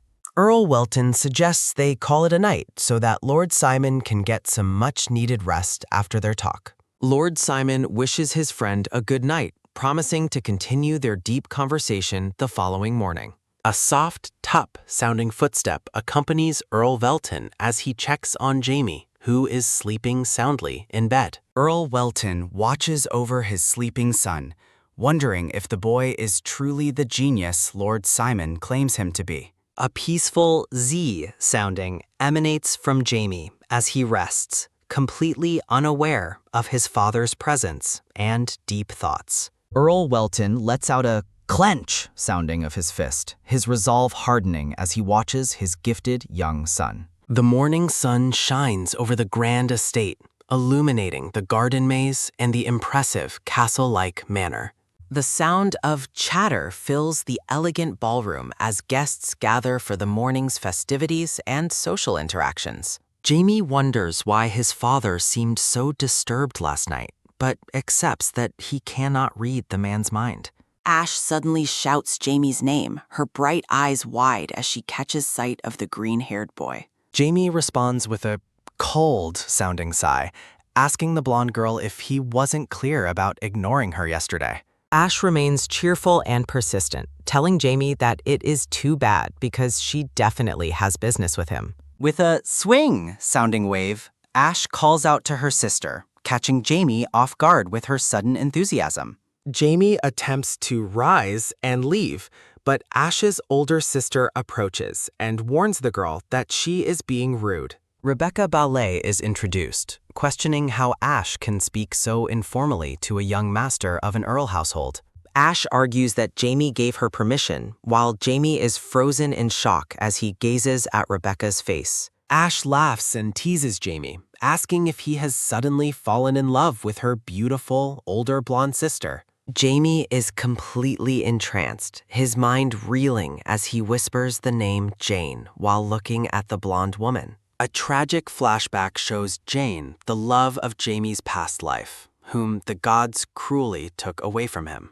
Jamie recalls that Jane's loss was the trigger that turned his past self, Diablo Volpire, into a dispassionate person. A heavy tap-sounding footstep nears as Jamie remains lost in the painful memories triggered by Rebecca's striking appearance. Alf lets out a chuckle, sounding as he approaches, gloating that he has finally found Jamie in the ballroom. With a grab sounding, Alf prepares his artifact for a surprise attack, vowing that Jamie will pay for everything. Jamie is still paralyzed by his memories of Jane, completely oblivious to the red-haired bully's sudden, vengeful approach. Rebecca looks at Jamie with confusion, wondering why the boy is staring at her with such an intense, pained expression. Ash and Rebecca are baffled by the tense atmosphere as Alf rages in the background, unnoticed by the girls. Alf lets out a glare sounding of pure hatred,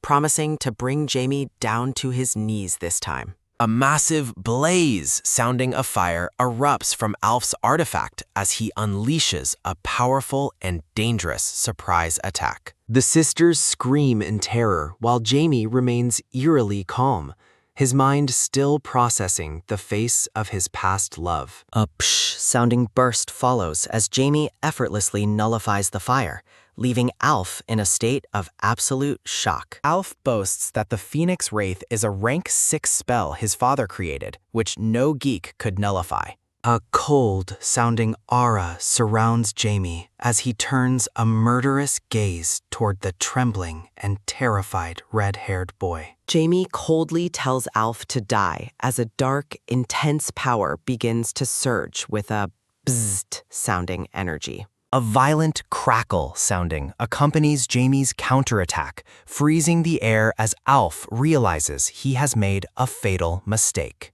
A violent crackle sounding energy erupts as Jamie's counterattack strikes Alf, freezing the boy's face in jagged ice. Alf lets out a pained ugh as his screams echo with a long ah sounding agony while the ice takes hold. Jamie demands a shh-sounding silence, his eyes glowing with an intense violet light that paralyzes everyone in the room. The green-haired boy's vision is suddenly obscured by a swish-sounding motion as a large hand covers his eyes. Earl Welton calls out to his son while a firm grab-sounding hand pulls Jamie back into his protective embrace. Ash and Rebecca huddled together in a state of absolute terror, witnessing the terrifying display of power and sudden intervention. Earl Welton kneels with Jamie while Lord Simon approaches with a heavy, plunk-sounding step, the ballroom falling deathly silent. Earl Welton looks down at his unconscious son with a worried expression, sweat beading on his forehead after the ordeal. The two lords exchange a tense look as a sudden, sounding realization of the situation's gravity hits them both. The narrative confirms that Jamie's magical feat was no illusion, shown through the frozen remains on Alf's terrified face. Lord Simon watches the Weltons depart, thinking that Jamie's potential is truly outstanding and far beyond any normal child. Lord Simon smiles, imagining Jamie as a legendary rank 9 mage who can finally realize his own lifelong secret dreams. Lady Simon cradles her injured son, shouting in a rage at her husband for doing nothing to defend their child.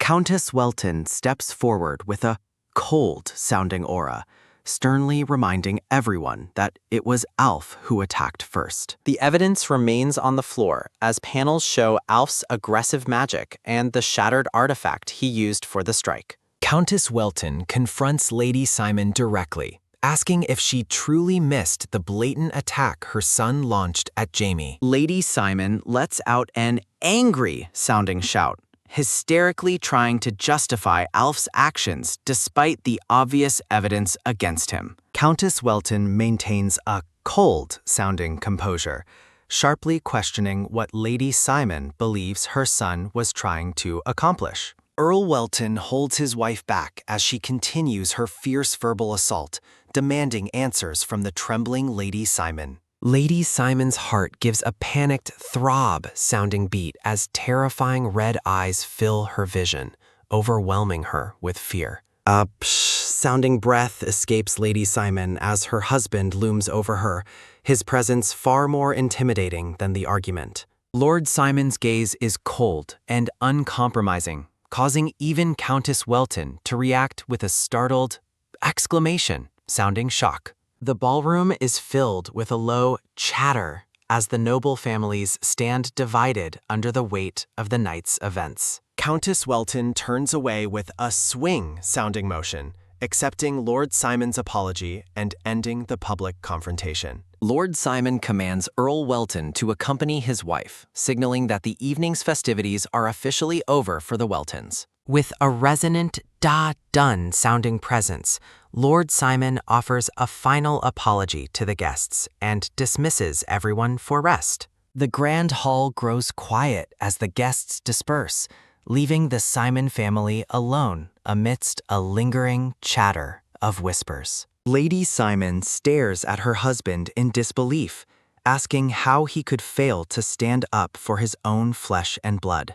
Lady Simon's voice drops to a shh-sounding hiss of fury as she labels Jamie an insolent kid who deserves punishment. Lord Simon silences his wife with a dark, terrifying glare and a single command to shut up before things escalate further. Lady Simon's pulse lets out a heavy, throb-sounding beat as she is ordered to take Alf inside and wait for later. The moon shines brightly over the grand, castle-like estate as a heavy silence finally settles over the garden maze. Inside the manor, Lady Simon continues to shout her frustrations, insisting that family should always be prioritized over the truth. Lord Simon faces his son Alf, while his eldest son Lennon watches from the side, the atmosphere thick with tension. Lord Simon warns Lennon not to stay silent, his eyes narrowing as he focuses on his older red-haired son's involvement.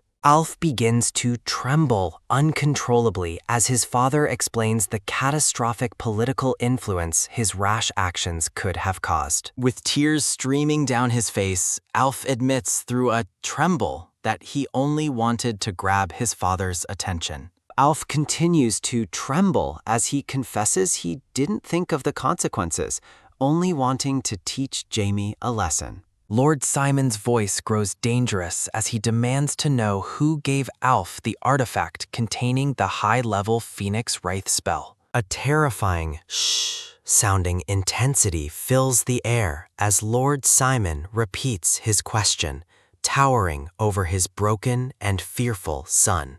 Alf can only weep in silence, his eyes wide with fear as he realizes he cannot escape his father's relentless interrogation. Lennon enters the room with a dramatic da-dun sounding entrance, calmly asking if his father had called for him. Lennon clicks his tongue with a rhythmic tup-tup sounding footfall, looking at his younger brother with a mixture of disdain. Lennon reflects privately that Alf is an utter disgrace and a fool for failing despite such a perfect setup for revenge. Lennon puts on a fake beam-sounding smile, acting innocent as he greets his father with practiced, deceptive warmth. Lord Simon gets straight to the point, asking Lennon if he was the one who handed the dangerous artifact to Alf. Lennon attempts to lie, claiming he only gave it out of family love because he couldn't stand seeing Alf outmaneuvered. Lord Simon sees through the deception immediately,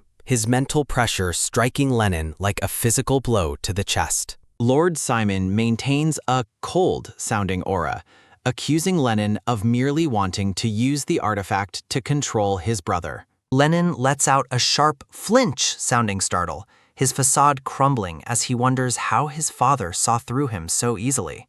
Lord Simon's presence looms with a swish-sounding motion as he towers over his two trembling sons. Lord Simon gazes down with a cold-sounding intensity, questioning Lennon if he truly understands his father's motives. Lord Simon bluntly informs Alf that he lacks the specific talent required to be a worthy heir of his house. Lennon stares in shock as his father reveals he can see right through the boy's manipulative and selfish intentions. A cold-sounding stare from Lord Simon forces Lennon to realize that his attempts at deception have failed utterly. Lord Simon walks away, demanding that Lennon prove his lineage through strength rather than foolish and cowardly schemes. Before departing, Lord Simon issues a stern command for Lennon to apologize to Jamie Welton the following morning. A heavy tap-sounding footstep marks the Lord's exit, leaving Lennon and Alf alone in the tense silence. Alf lets out a sigh-sounding breath of fear, terrified by the thought of encountering the green-haired boy again. Alf watches his brother Lennon, wondering if the older boy's silence stems from the shock of their father's rebuke. A glowing mandate hangs in Lennon's mind, echoing his father's challenge to finally prove his worth as a Simon. Lennon's hand lets out a clench-sounding snap as a dark, vengeful smile crosses his face, plotting his next move. In the quiet manner, Countess Welton watches over her sleeping son Jamie with a gentle, swish-sounding movement. Jamie is lost in a deep, Z-sounding slumber, unaware of his mother's watchful and worried gaze from the bedside. Countess Welton reflects on Jamie's lethal spell, wondering what darkness her 9-year-old child has been forced to endure.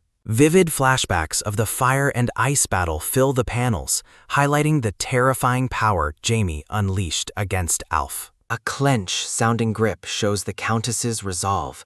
She cannot forgive the Simon family for the attack on Jamie. The Countess vows to seek compensation as Jamie stirs with a swing-sounding stretch and a sleepy sound. Countess Welton lets out a tired sigh-sounding breath before a gentle tap-sounding touch lands on her shoulder. Earl Welton enters the room, calling out, "Honey," to comfort his wife while they both watch over their son. A reassuring tap-sounding hand rests on her shoulder as the Countess shares her deep concerns about Jamie's future.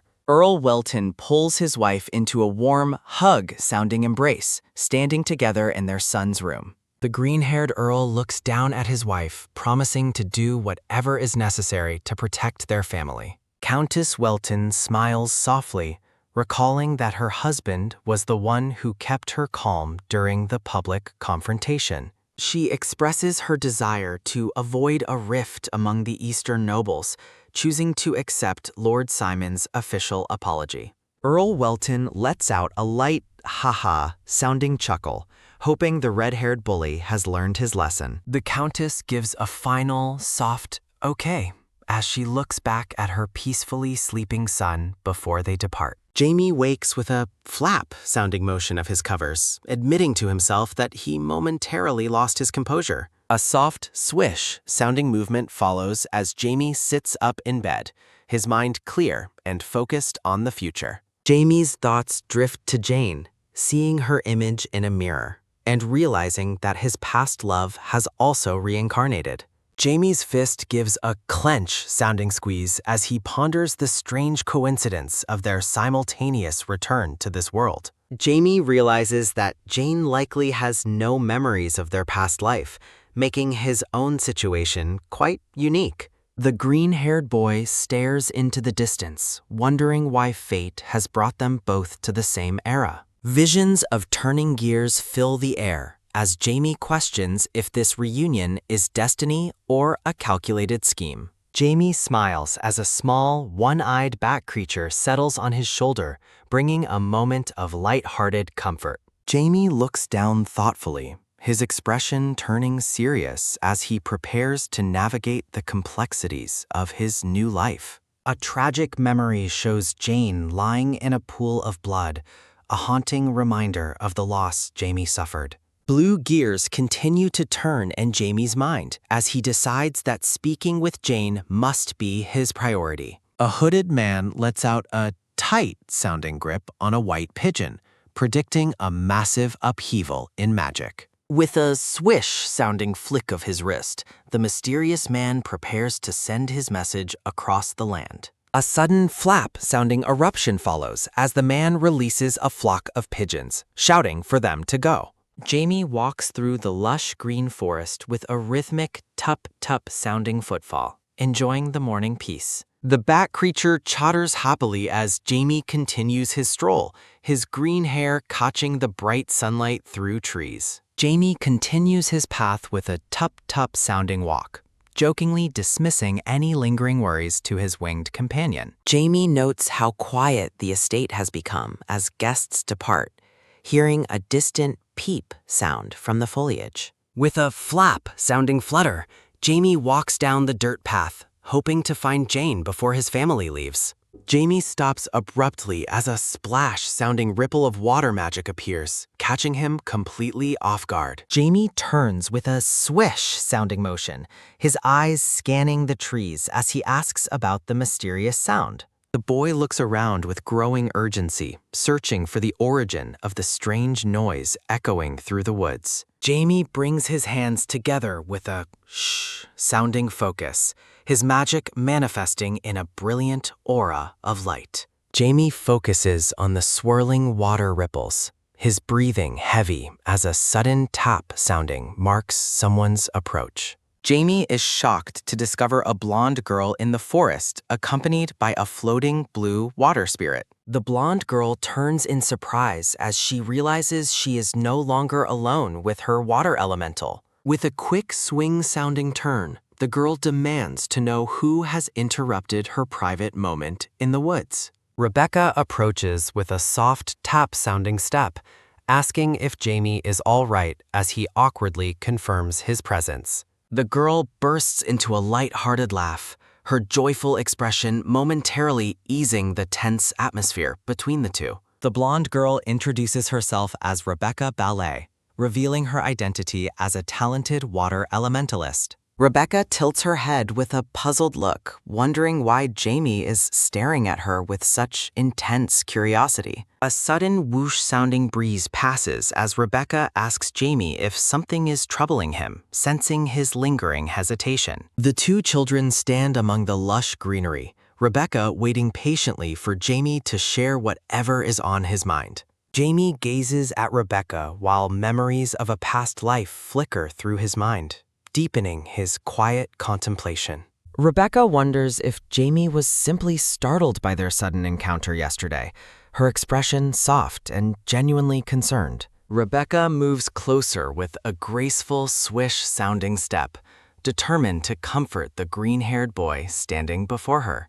The two children share a warm embrace amidst the sun-drenched foliage, finding a moment of unexpected connection and peace. Jamie reflects privately that the comfort he feels is merely a leftover memory from his previous life, not current emotion. Sitting together by the riverbank, Jamie thanks Rebecca for her kindness, feeling significantly better after their heartfelt conversation. Rebecca beams with a radiant shine-sounding joy, recalling her father's advice about sharing troubles with trusted companions. Jamie reacts with a startled swing-sounding motion when he realizes Rebecca is the daughter of Viscount Ballet. Rebecca lets out a bright laugh, confirming her lineage with a cheerful beam-sounding smile that lights up her face. The two children bond over their shared experiences, realizing how many coincidences have brought them together this day. Rebecca giggles at Jamie's reaction, while he remains thoughtfully focused on the unique nature of their unexpected meeting.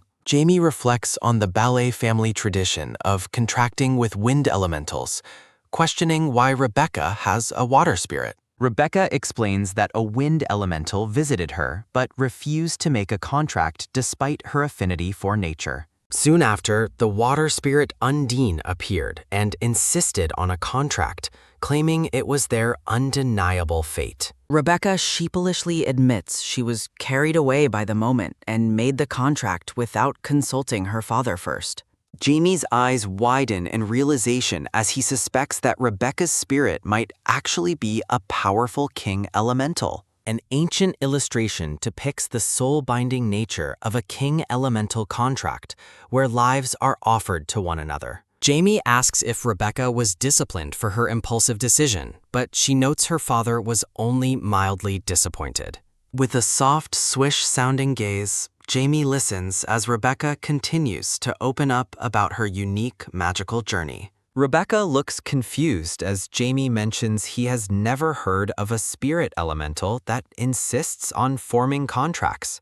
Jamie reassures Rebecca with a light-hearted chuckle, noting that being selected by a water elemental is still quite impressive. Rebecca pauses in thought, her expression shifting as she processes Jamie's encouraging words and his mysterious depth of knowledge. Surrounded by golden flowers, Rebecca gives a joyful smile and vows to do her best with her new companion. Jamie bids a friendly farewell with a graceful swish-sounding wave, telling Rebecca it was a pleasure to talk. Jamie walks away with a steady tap-sounding footfall, leaving a dazed Rebecca sitting alone in the meadow. Rebecca hides her face as a bright blush-sounding glow covers her cheeks, wondering why she feels so flustered. Jamie tells his back companion that Rebecca seems quite mature, making it difficult to approach her in a casual manner. Jamie returns to the manor with a rhythmic, tup-sounding walk, passing silent suits of armor in the hallway. Jamie stops abruptly, his expression turning to one of wary surprise as he spots someone waiting for him ahead. A resonant da-dun sounding tension fills the hall as Alf and his older brother Lennon confront the boy. Lennon demands to know what Jamie wants, while Jamie struggles to find the right words in this hostile meeting. In a shocking move, Alf shouts in apology, his face contorted with the effort of swallowing his immense pride. Jamie stands bewildered by the sudden change of heart, wondering what could have forced the arrogant Alf to apologize. Jamie's expression shifts to a knowing smirk as he realizes Alf is only apologizing under his father's strict orders. Jamie dismisses Alf and turns his attention to Lennon, asking about the older brother's involvement in the previous conflict. Jamie mocks the brothers, asking if Lennon only came along because Alf was too terrified to face him alone. Jamie's aura grows dark as he accuses both brothers of plotting against him, his gaze piercing through their facades. The older red-haired boy identifies himself as Lennon Simon, maintaining a polite but hollow smile during the confrontation. With a sudden swoosh-sounding burst of blue magical energy, Lennon prepares to demonstrate his own formidable power level. Lennon wears a mocking smile-sounding expression as he looms over Jamie, while a disgruntled Alf watches from behind. Jamie observes Lennon's arrogant profile, noting the older boy's habit of looking down on others with unearned superiority. A memory of the crowded ballroom reveals that Lennon was conspicuously absent during the public confrontation with his younger brother. Standing among the faceless nobility, Lennon radiates a condescending aura that Jamie recognizes as a sign of deep-seated contempt. Jamie watches the smirking red-haired teenager, identifying him as a potential threat that must be neutralized before he causes trouble. Jamie mockingly suggests that Alf's position in the household is at risk, provoking a sharp, annoyed reaction from the younger boy. A sudden, sharp flinch-sounding movement from Lennon follows as Jamie pointedly asks for his agreement on the family's internal friction. Looming over his target, Jamie whispers that it is only natural for punishment to fall upon those who lack humility. Jamie's left eye glows with a piercing purple light as he stares into Lennon's soul, intensifying the cold, dark atmosphere. A terrifying shh-sounding darkness erupts around Lennon, leaving him sweating and paralyzed with fear as the shadows close in. A heavy tremble-sounding vibration takes hold of Lennon's body as he finds himself submerged in a void of pure darkness. Lennon's skin crawls with a freezing tremble-sounding chill, his hands turning dark as he realizes his body is going numb.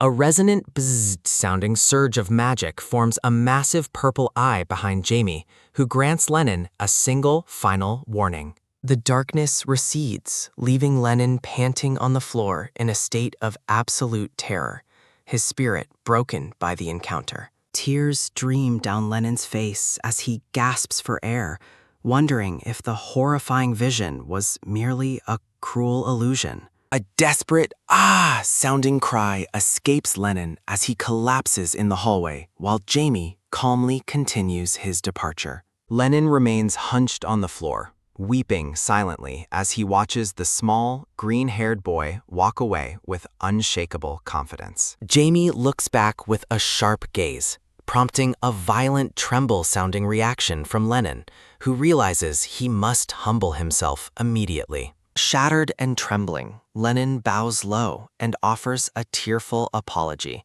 finally acknowledging Jamie's overwhelming power and authority. Outside the manor, the air is filled with a lively chatter-sounding noise as guests prepare their carriages for the journey home. A loud neigh-sounding cry from a horse greets Jamie as he arrives at the courtyard, ready to leave the estate. Jamie lets out a weary sigh-sounding breath, admitting to himself that he misses the simple affection of his mother. Lord Simon approaches with a steady step-sounding pace, noting that Jamie appears a bit unsettled despite the trip's conclusion. The red-haired Viscount Simon gazes down at Jamie with a neutral expression, his presence commanding and stoic amidst the morning light. Jamie offers a polite smile, explaining that he is simply eager to return home and find some well-deserved rest. Viscount Simon gives a subtle glance-sounding look, expressing his regret that their interaction during the visit was so brief. Jamie gives a wide grin-sounding response,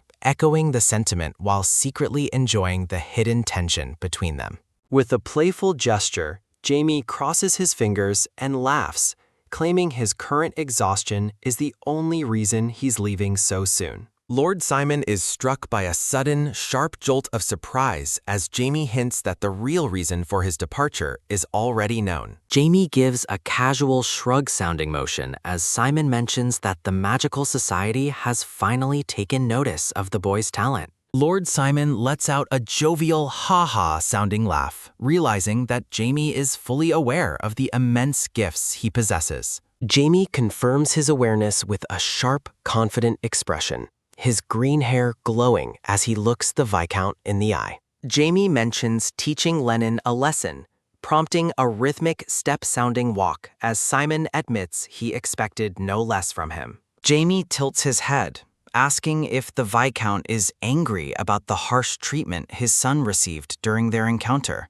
Lord Simon looks genuinely confused, stating that his son is merely facing the inevitable consequences of his own foolish actions. Jamie considers the two brothers' behavior, realizing their desperate need for attention likely stems from their father's cold, distant parenting. Jamie suggests that Lennon has true potential for magic, provided he is trained correctly and given the right guidance. Lord Simon remains silent, his stoic expression hiding the internal conflict he feels regarding his children's growth and his own legacy. Jamie's tone turns sharp as he warns that a child cannot blossom under immense pressure without a proper teacher. With a dramatic, point-sounding gesture, Jamie accuses Lord Simon of being the one at fault for his son's shortcomings. A resonant da-dun-sounding tension fills the air as Jamie compares Lennon's potential to the mediocrity of his younger brother.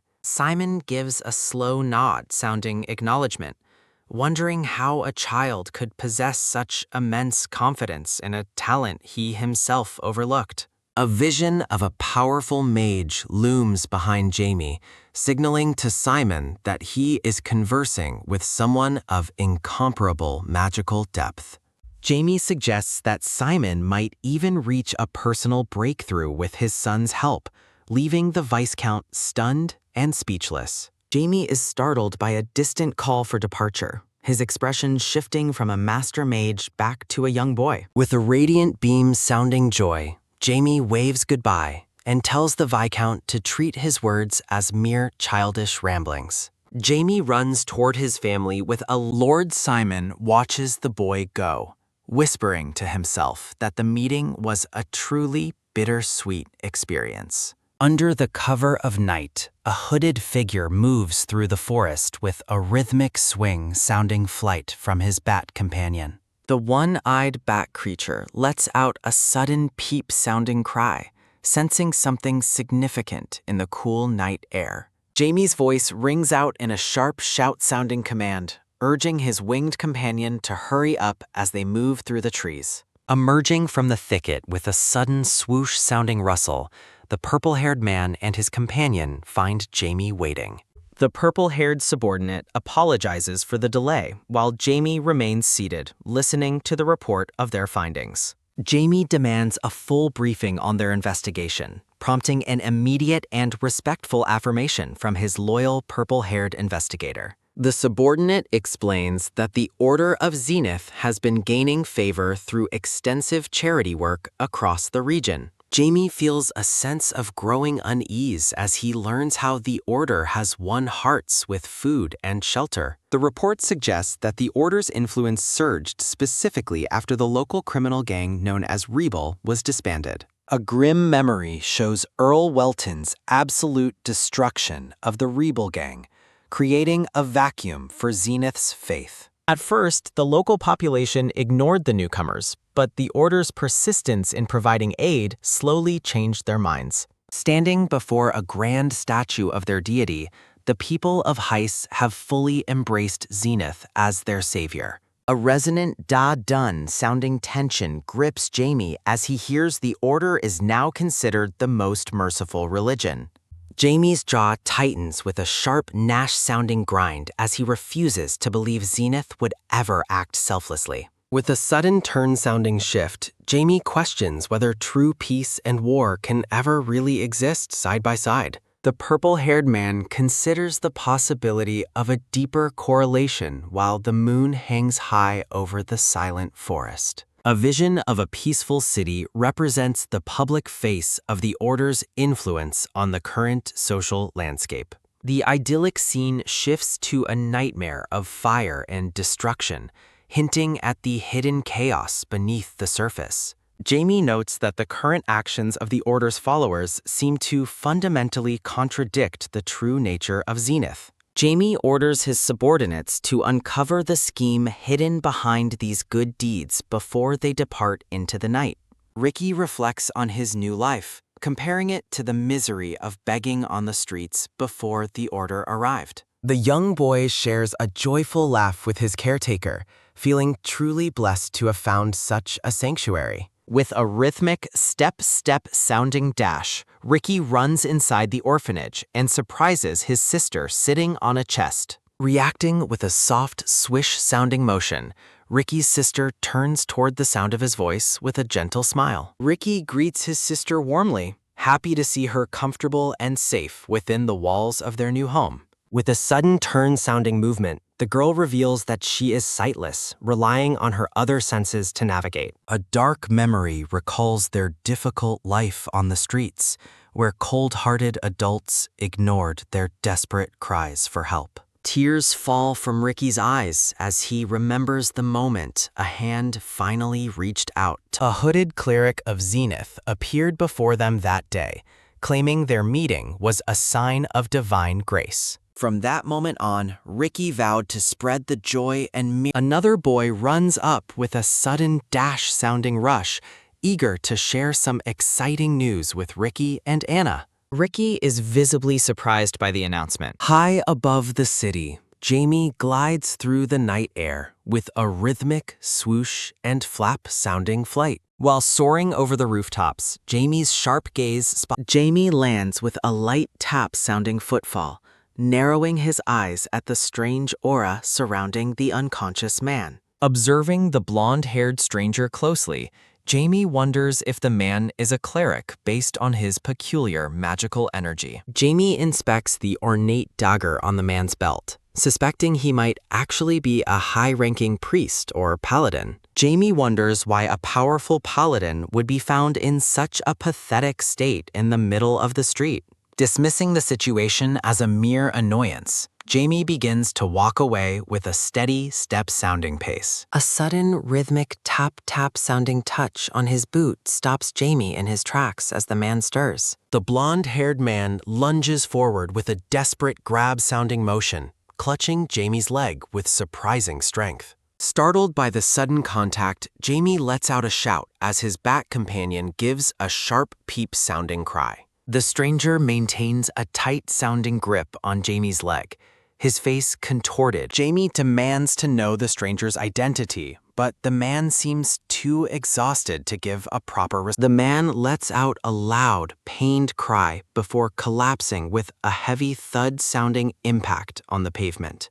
Jamie is thoroughly annoyed by the encounter. Briefly, with a sharp turn, morning light bathes the Welton Manor as birds fill the air with a lively tweet-tweet sounding chatter. The blonde-haired stranger sits across from him, radiating a beam-sounding joy. As the guest thanks Earl Welton for the hospitality, Jamie sits in a dark, plush-sounding cloud of irritation. Lord Simon lets out a jovial ha-ha sounding laugh, insisting that the blonde-haired guest should thank the guards who found him. The blonde-haired man gratefully credits Lord Simon's kindness for his rescue, wondering how he can ever repay such generosity. Jamie sits nearby, inwardly fuming as he watches his parents show such immense kindness to a man he finds annoying. The guest reveals himself as a devoted follower of Pero, the goddess of forgiveness and punishment, much to Simon's interest. Jamie's blonde-haired mother joins the table, expressing her own surprise at the unusual circumstances of their guest's arrival. The guest is momentarily stunned into silence by the radiant presence and warm smile of Jamie's beautiful mother.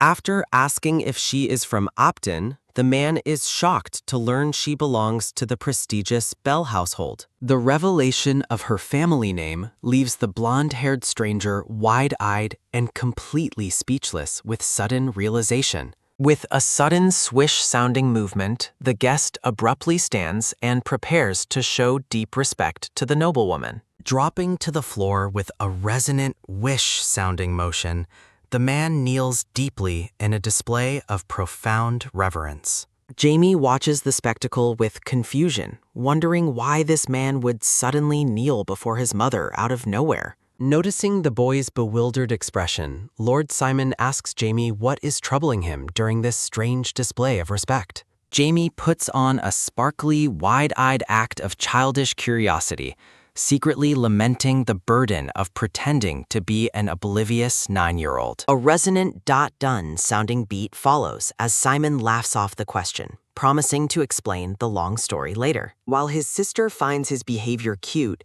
Jamie inwardly curses the necessity of acting innocent to maintain his secret identity. A divine symbol of scales and flowers glows brightly, representing the sacred authority and balance of the faith in Pyro. Later, in the privacy of a study, Lord Simon questions how a follower of Pero ended up in their region. Simon's expression turns serious as he asks if the guest intends to propagate his religious faith within the eastern region. With a frantic wish-sounding gesture, the man denies any missionary intent, explaining he was simply tracking a dangerous individual. Letting out a weary sigh, the guest reveals he is hunting someone conducting forbidden and inhumane experiments on living creatures. Lord Simon is visibly shaken, demanding to know the identity of the Chimera Maker currently hiding within the city of Heiss. The guest apologizes, explaining that the details are a top secret,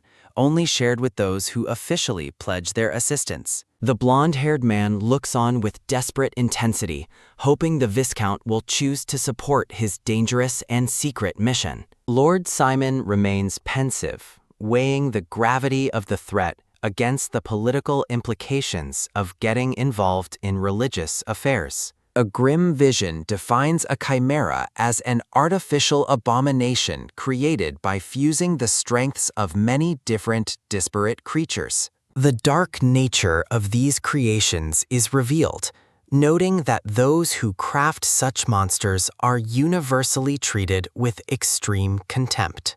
Simon realizes he cannot ignore the threat, especially given the deep-rooted relationship between his wife's family and the religious order. The blonde-haired man's face lights up with a radiant beam, sounding hope as he anticipates a favorable response from Simon. Lord Simon officially pledges his full support, recognizing the necessity of stopping the guest celebrates with a joyful wish-sounding cheer, while Simon wonders why the order hasn't sought official kingdom aid. The man looking out toward the sunlit window, the man reflects on how the Chimera Maker has already caused significant damage to them.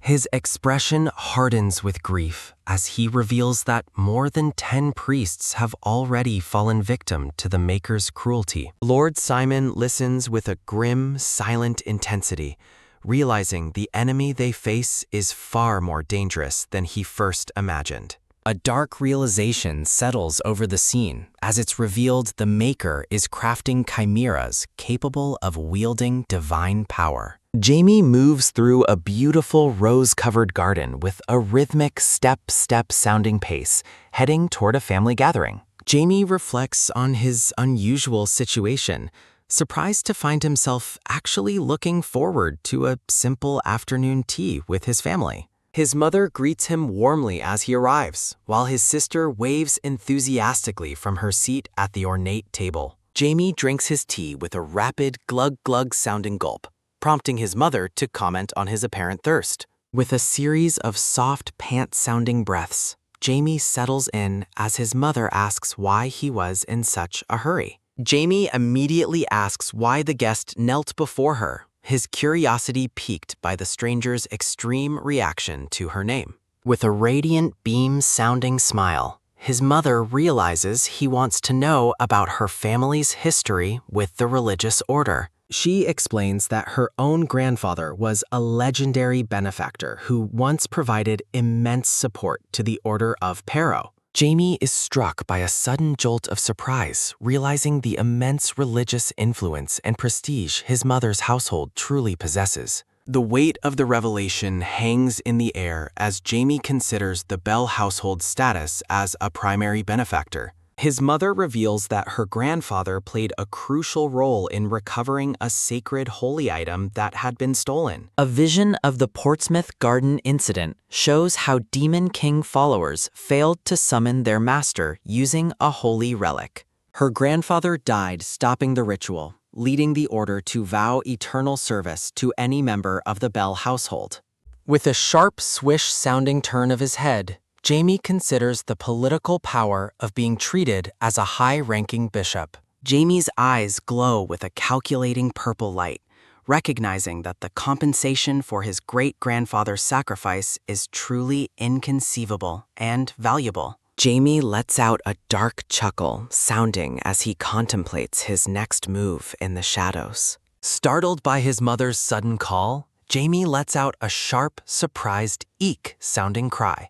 Jaime puts on a bright beam-sounding smile while addressing his mother with a display of feigned innocence. Jaime's golden-haired mother and his sister enjoy an elegant tea time together in the manor's sunlit gazebo. At the orphanage, an announcement reveals that young Shino will depart today to begin his training. A hooded priest leads a blessing for Shino's future, inviting everyone to celebrate this momentous night. Shino looks up with a radiant, beam-sounding smile, feeling truly honored to be chosen by Zenith. The room erupts with a bright, sparkle-sounding cheer as friends congratulate Shino on his incredible future. A carriage arrives at night to take Shino away, while Ricky and Anna watch him prepare for departure.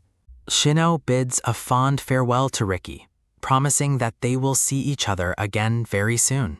With a confident fist clench sounding, Shino assures Ricky he will be waiting for him at the headquarters. The carriage departs with a rhythmic clip-clop sounding pace as friends shout their final, heartfelt goodbyes. Ricky clenches his fist with determination, vowing to work hard and eventually join Shino in the order. The carriage travels deep into the dark woods with a steady, rhythmic, clip-clop sounding gallop. The hooded priest informs Shino they have arrived at their destination, much to the young boy's surprise. Shino lets out a quiet gasp sounding while looking outside, confused by how short the journey felt. They stand before a large, imposing building as a sudden psh-sounding release echoes through the air. Feeling a deep sense of dread, Shino lets out a shivering gasp and questions if this is really headquarters. The hooded priest offers a menacing grin while urging Shino to follow him inside the dark structure. Shino lets out a low, shudder-sounding gasp,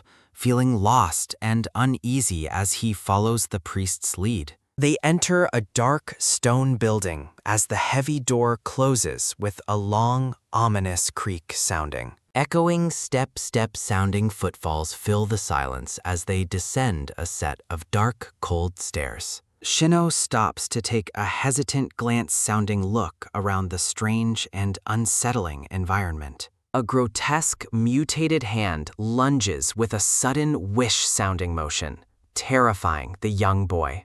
Shino dashes back with a quick dash-sounding rush, horrified by the monster he just witnessed in the room. The hooded priest reports to his superior, announcing he has brought the boy for the bishop. A man with a cold, unsettling expression identifies himself as the bishop while greeting a terrified Shino. Shino pleads with a sudden swish-sounding gesture, begging the bishop to explain the terrifying creature he saw. The bishop maintains a calm smile, assuring Shino that being chosen is a great and divine honor. Shino recoils with a sharp swish-sounding motion, demanding to know why he was brought to this place. The bishop reveals a hidden laboratory, explaining that this is where their true ideals are being realized. A man with mutated growths lets out a pained chuckle sounding while admiring the new experiment specimen. Shino shivers with a steady tremble sounding as the bishop declares he will become a perfect chimera. Morning light shines over Belvart Road as the scene shifts to the Heiss estate of the Weltons.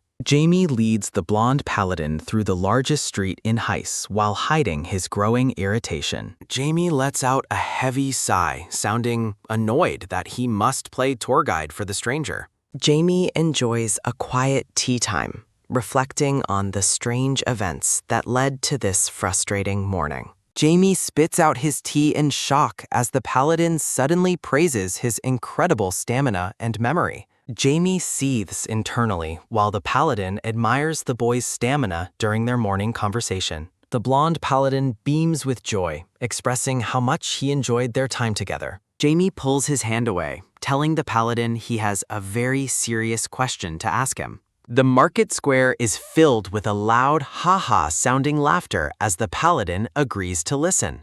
Jamie looks the paladin in the eye, asking what he and his father discussed the previous day. The paladin is visibly caught off guard, shocked by the child's direct and probing question. Jamie demands the paladin stop lying, suspecting he is hiding the true nature of his mission. The paladin laughs nervously, insisting he isn't lying while sweat beads on his forehead. Jamie moves with a sudden turn-sounding step, angry that the paladin is making up such stories. The paladin admits he cannot reveal the full details of his secret conversation with Earl Simon. Jamie's eyes glow with a purple intensity as he analyzes the true motives behind the man's presence. The paladin asks Jamie if he is angry, unaware of the deep suspicion his behavior has caused. Lars grows anxious over Jamie's silent anger until the mint-haired boy suggests checking a nearby location.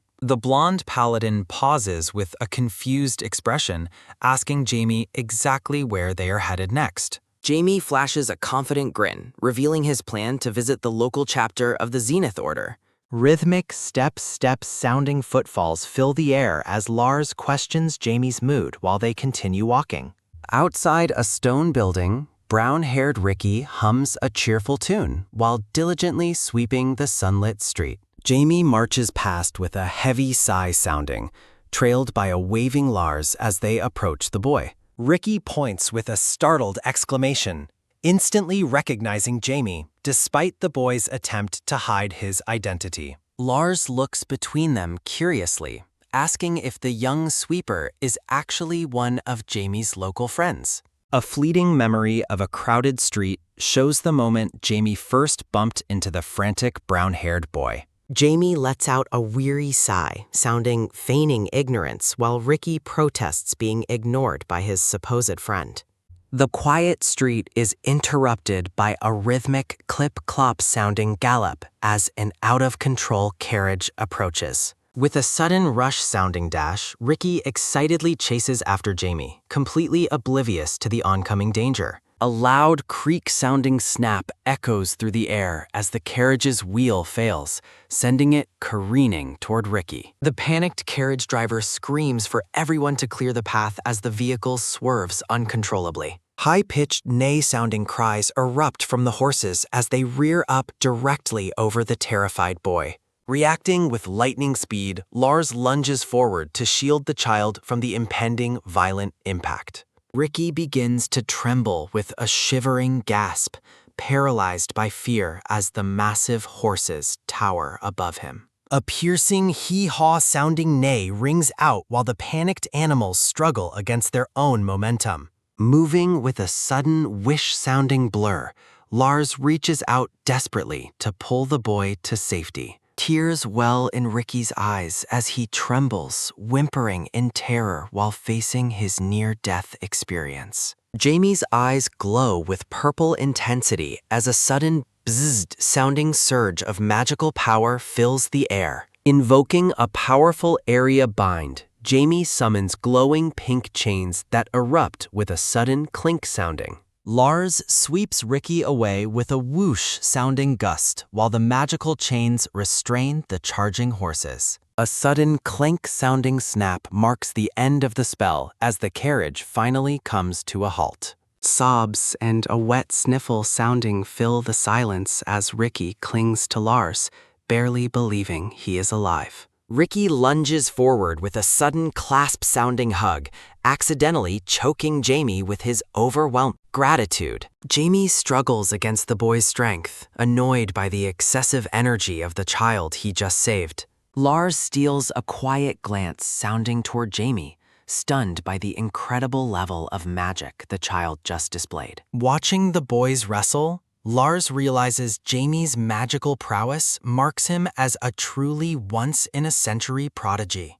Jamie performs a sharp turn sounding motion, unaware that Lars is mentally measuring the boy's terrifying future potential. Lars lets out a sudden flinch-sounding gasp when Jamie asks if he has lost his way. Jamie dryly notes they have arrived at the Order, making the sweating paladin realize he was daydreaming. With a light tap-tap sounding pace, Ricky leads them inside his orphanage, eager to show his rescuers around. Ricky beams with joy, explaining that this home is where orphans like him find shelter and care. A silver-haired priestess appears with a sudden swish-sounding movement, demanding to know where Ricky has been. Lars and Jamie stand in silent observation as the authoritative woman confronts the messy, brown-haired child. Ricky explains that the two strangers saved him from a carriage, prompting a worried reaction from the woman. She offers a deep bow of gratitude, thanking the two gentlemen for their noble and heroic intervention. Her expression turns sharp as she notices the divine insignia, recognizing the travelers as followers of Pero. Lars gestures toward Jamie, admitting the small boy actually performed all the work to save Ricky.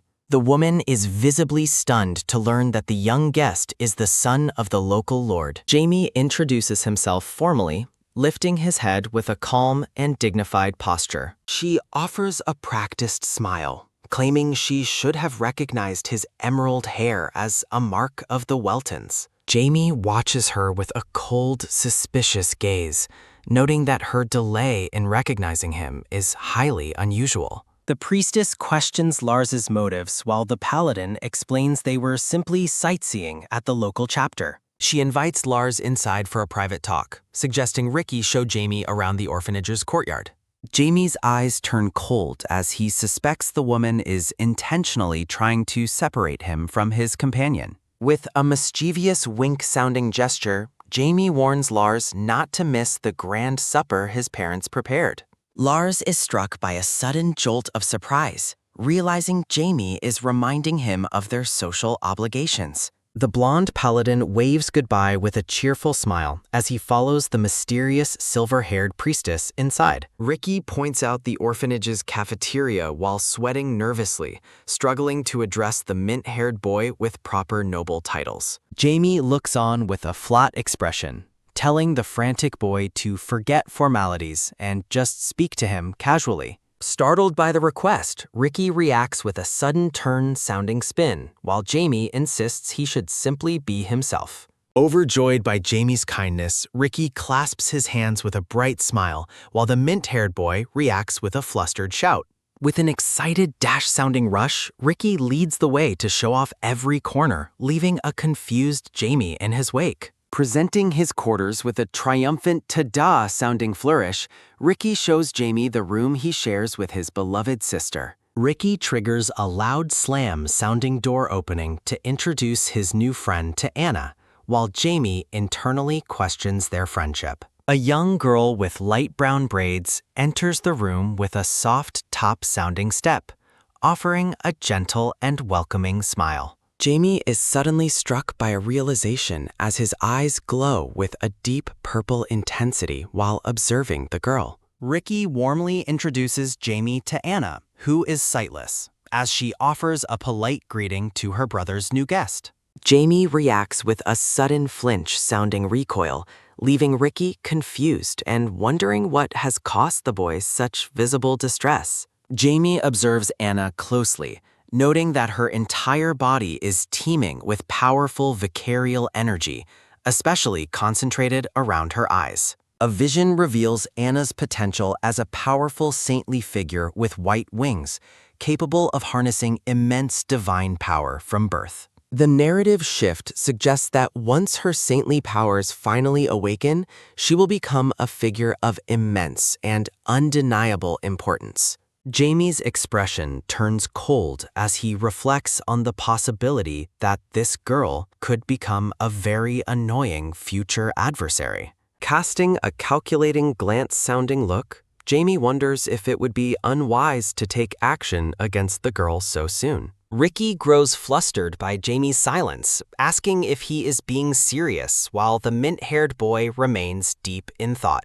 Teasing Jamie with a series of giggle-sounding laughs, Ricky asks if it was love at first sight, sparking an angry reaction. Ricky continues his teasing until Anna catches him in a playful choke-sounding hold, prompting him to remember a serious question. Enveloped in a dark, shh-sounding aura, Anna firmly asks her brother to explain something from a book he is holding.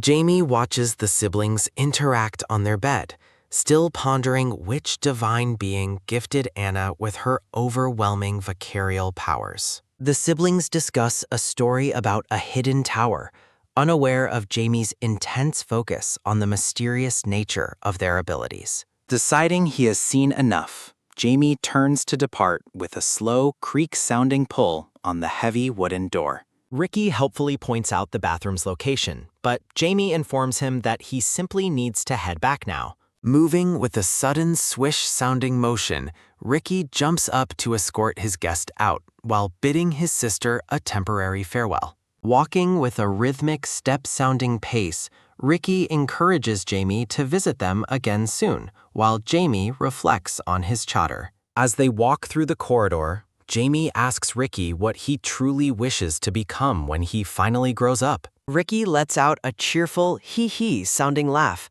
mistakenly believing Jamie's curiosity is a sign of their deepening bond as friends. Ricky admits that while he once only wanted safety, he has slowly realized that he actually possesses a much bigger dream. Radiating pure joy with a bright smile, the brown-haired boy prepares to share the true ambition he has discovered over time. Ricky reveals he was deeply jealous of a friend from the orphanage who was chosen to go to the headquarters. Jamie is visibly shaken by the mention of the headquarters, his mind racing as he processes the implications of being chosen. A dark montage of memories connects the order to human trafficking, the town of Rebirth, and the mysterious divine calling they preach. Overwhelmed by an agitated energy, Jamie whirls around to demand exactly where Ricky lived before he was accepted by the orphanage. Jamie continues his interrogation with a sudden shout-sounding outburst, pressing Ricky for the locations he visited even before the orphanage. Ricky reacts with a startled flinch-sounding gasp, explaining that he previously performed chores and various errands in the town of Rebirth. Jamie's face contorts into a sinister grin as he confirms his darkest suspicions about Zenith being involved in something truly filthy. Elsewhere in the facility, Lars finishes a private discussion with an elderly priest, both maintaining a formal and polite demeanor. The priest offers to escort Lars back to the young lord with a graceful swish-sounding turn of his long cloak. Lars casts a suspicious glance-sounding look at the man, suspecting his tight-lipped behavior is due to their differing religious orders. Rhythmic tap-tap-sounding footsteps echo through the courtyard as the priest and Lars approach Jamie and the brown-haired boy. Ricky looks up with a surprised expression as Jamie turns to face the newcomers, noticing the arrival of the local staff. A man in a dark, ornate cloak bows before Jamie while followed by a mysterious, hooded knight carrying a heavy sword. Identifying himself as the bishop, the man offers a polite greeting to the young lord and the curious young Ricky. Jamie introduces himself formally while internally noting the bishop's incredible nerve for acting so friendly despite the human trafficking clues. Lars identifies himself as a humble servant of Pero, prompting the bishop to internally wonder about the paladin's true motives here. Jamie watches the interaction carefully, suspecting a hidden connection between the orphanage children and the reason for the paladin's mission. The bishop is suddenly alerted by a strange sensation, sensing an anomalous and unsettling aura emanating from the hooded knight nearby. A low shh-sounding energy surrounds the knight, possessing a peculiar vicarial power that clearly marks him as a high-ranking paladin. Lars lets out a sudden flinch-sounding gasp while Jamie takes a sharp glance, realizing the paladin has also sensed something. Jamie walks away, lost in thought, while Lars follows behind him with a serious and contemplative expression. Jamie offers a quiet glance-sounding look while reflecting on the unsettling information Ricky shared about his childhood. Lars reacts with a bright beam-sounding smile, expressing his hope that the kind-hearted boy becomes a priest. Jamie thinks to himself that the deeper implications of the situation clearly went over the simple paladin's head. Jamie stops to ask Lars if his father mentioned any criminal gang activities occurring within the local area. Lars reacts with a sudden stop-sounding jolt when Jamie explains his father recently annihilated a child trafficking gang. Lars is visibly shocked to learn that Ricky was associated with that criminal gang before joining the orphanage. Jamie reveals a sinister grin-sounding expression, satisfied that Lars has finally connected the dots regarding the local order. Jamie performs a sharp turn-sounding movement, dryly noting the suspicious charity work being performed by the local chapter. Lars reacts with a fierce clench-sounding grip, horrified by the possibility that the orphanage is a trafficking front. A wish-sounding wind blows over the facility as Lars processes the dark connection between the gang and Zenith. The scene shifts to Lars reporting his findings to Lord Welton while they discuss the situation over hot tea. Lord Welton explains his reasons for allowing the order to operate while discussing the suspicious paladin Jamie encountered earlier. Lars reacts with a nervous gulp-sounding swallow when the Lord mentions the mysterious knight was completely unidentifiable. A flashback reveals the hooded knight, whose divine power was immense, yet impossible to trace to any known god. Lord Welton and Lars sit in grim silence, considering the terrifying possibility that the knight is a divine chimera. Lord Welton prepares to mobilize his forces, but Lars cautions him against acting based only on unproven suspicions. Lars reacts with an intense clench-sounding fist, declaring his readiness to face whatever dangers lie ahead of them. Lord Welton and Lars stand together, resolving that acting alone is far too dangerous given the enemy's unknown strength. Lars sits with a heavy dun sounding heartbeat, acknowledging that their chances of success are finally rising. A sudden whoosh-sounding wind erupts as the elite Night Knights manifest from the shadows to surround the room. Lars is startled by their sudden appearance, realizing he had no idea they were stationed so close to them. Lord Welton explains that these Shadow Knights have protected his household for years and possess incredible combat prowess. Lars gazes at the masked warriors, questioning if they are truly knights or something much more lethal like assassins. Lars vows to bring back good news with an eager-sounding shout, standing before the silent, masked Night Knights. Outside, a small bat-winged eye creature hovers with a soft, flap-sounding motion, eavesdropping on the secret meeting. The creature hovers near a pale hand with a quick flap-sounding flutter, while a voice condemns the experiments. Resting on his bed, Jamie uses Beale to spy, expressing his disgust at Zenith's pathetic and evil methods. Jamie lies back with a soft plop-sounding impact, deducing that the enemy is rushing their incomplete projects. Beale lets out a tiny peep-sounding squeak while hovering in the air with a quick swish-sounding turn. Jamie offers a gentle top-sounding touch as he hands a sealed letter to the loyal little creature. Beale carries the message through the open window with a rapid fly-sounding dash into the night sky.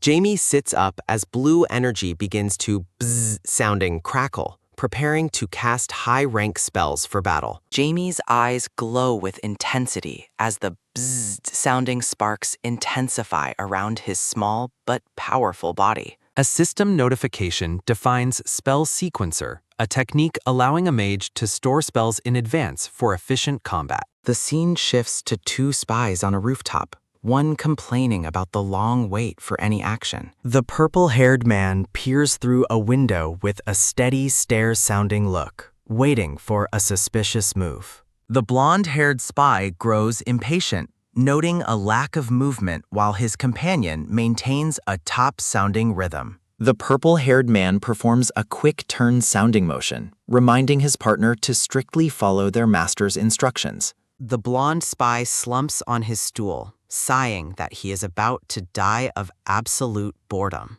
A sudden dash-sounding footstep announces the arrival of a deadly intruder, cutting through the silence of the room. The hooded knight appears with a sharp clink-sounding draw of his sword, coldly ordering the spies to die. A massive wish-sounding strike cuts through the air, carrying the terrifying weight of the knight's divine power. One spy lets out an eek-sounding cry as a wish-sounding blade narrowly misses him during a dodge. The purple-haired man reminds his panicked partner that touching the knight's power results in immediate death. The hooded knight charges forward with a bzzz-sounding aura, reiterating his lethal intent to eliminate the intruders. A sudden flash-sounding glare erupts from the knight's visor as he focuses his power on his next strike. The knight unleashes a devastating blam-sounding explosion, shouting his final command for the spies to die. The purple-haired man performs a frantic turn-sounding escape,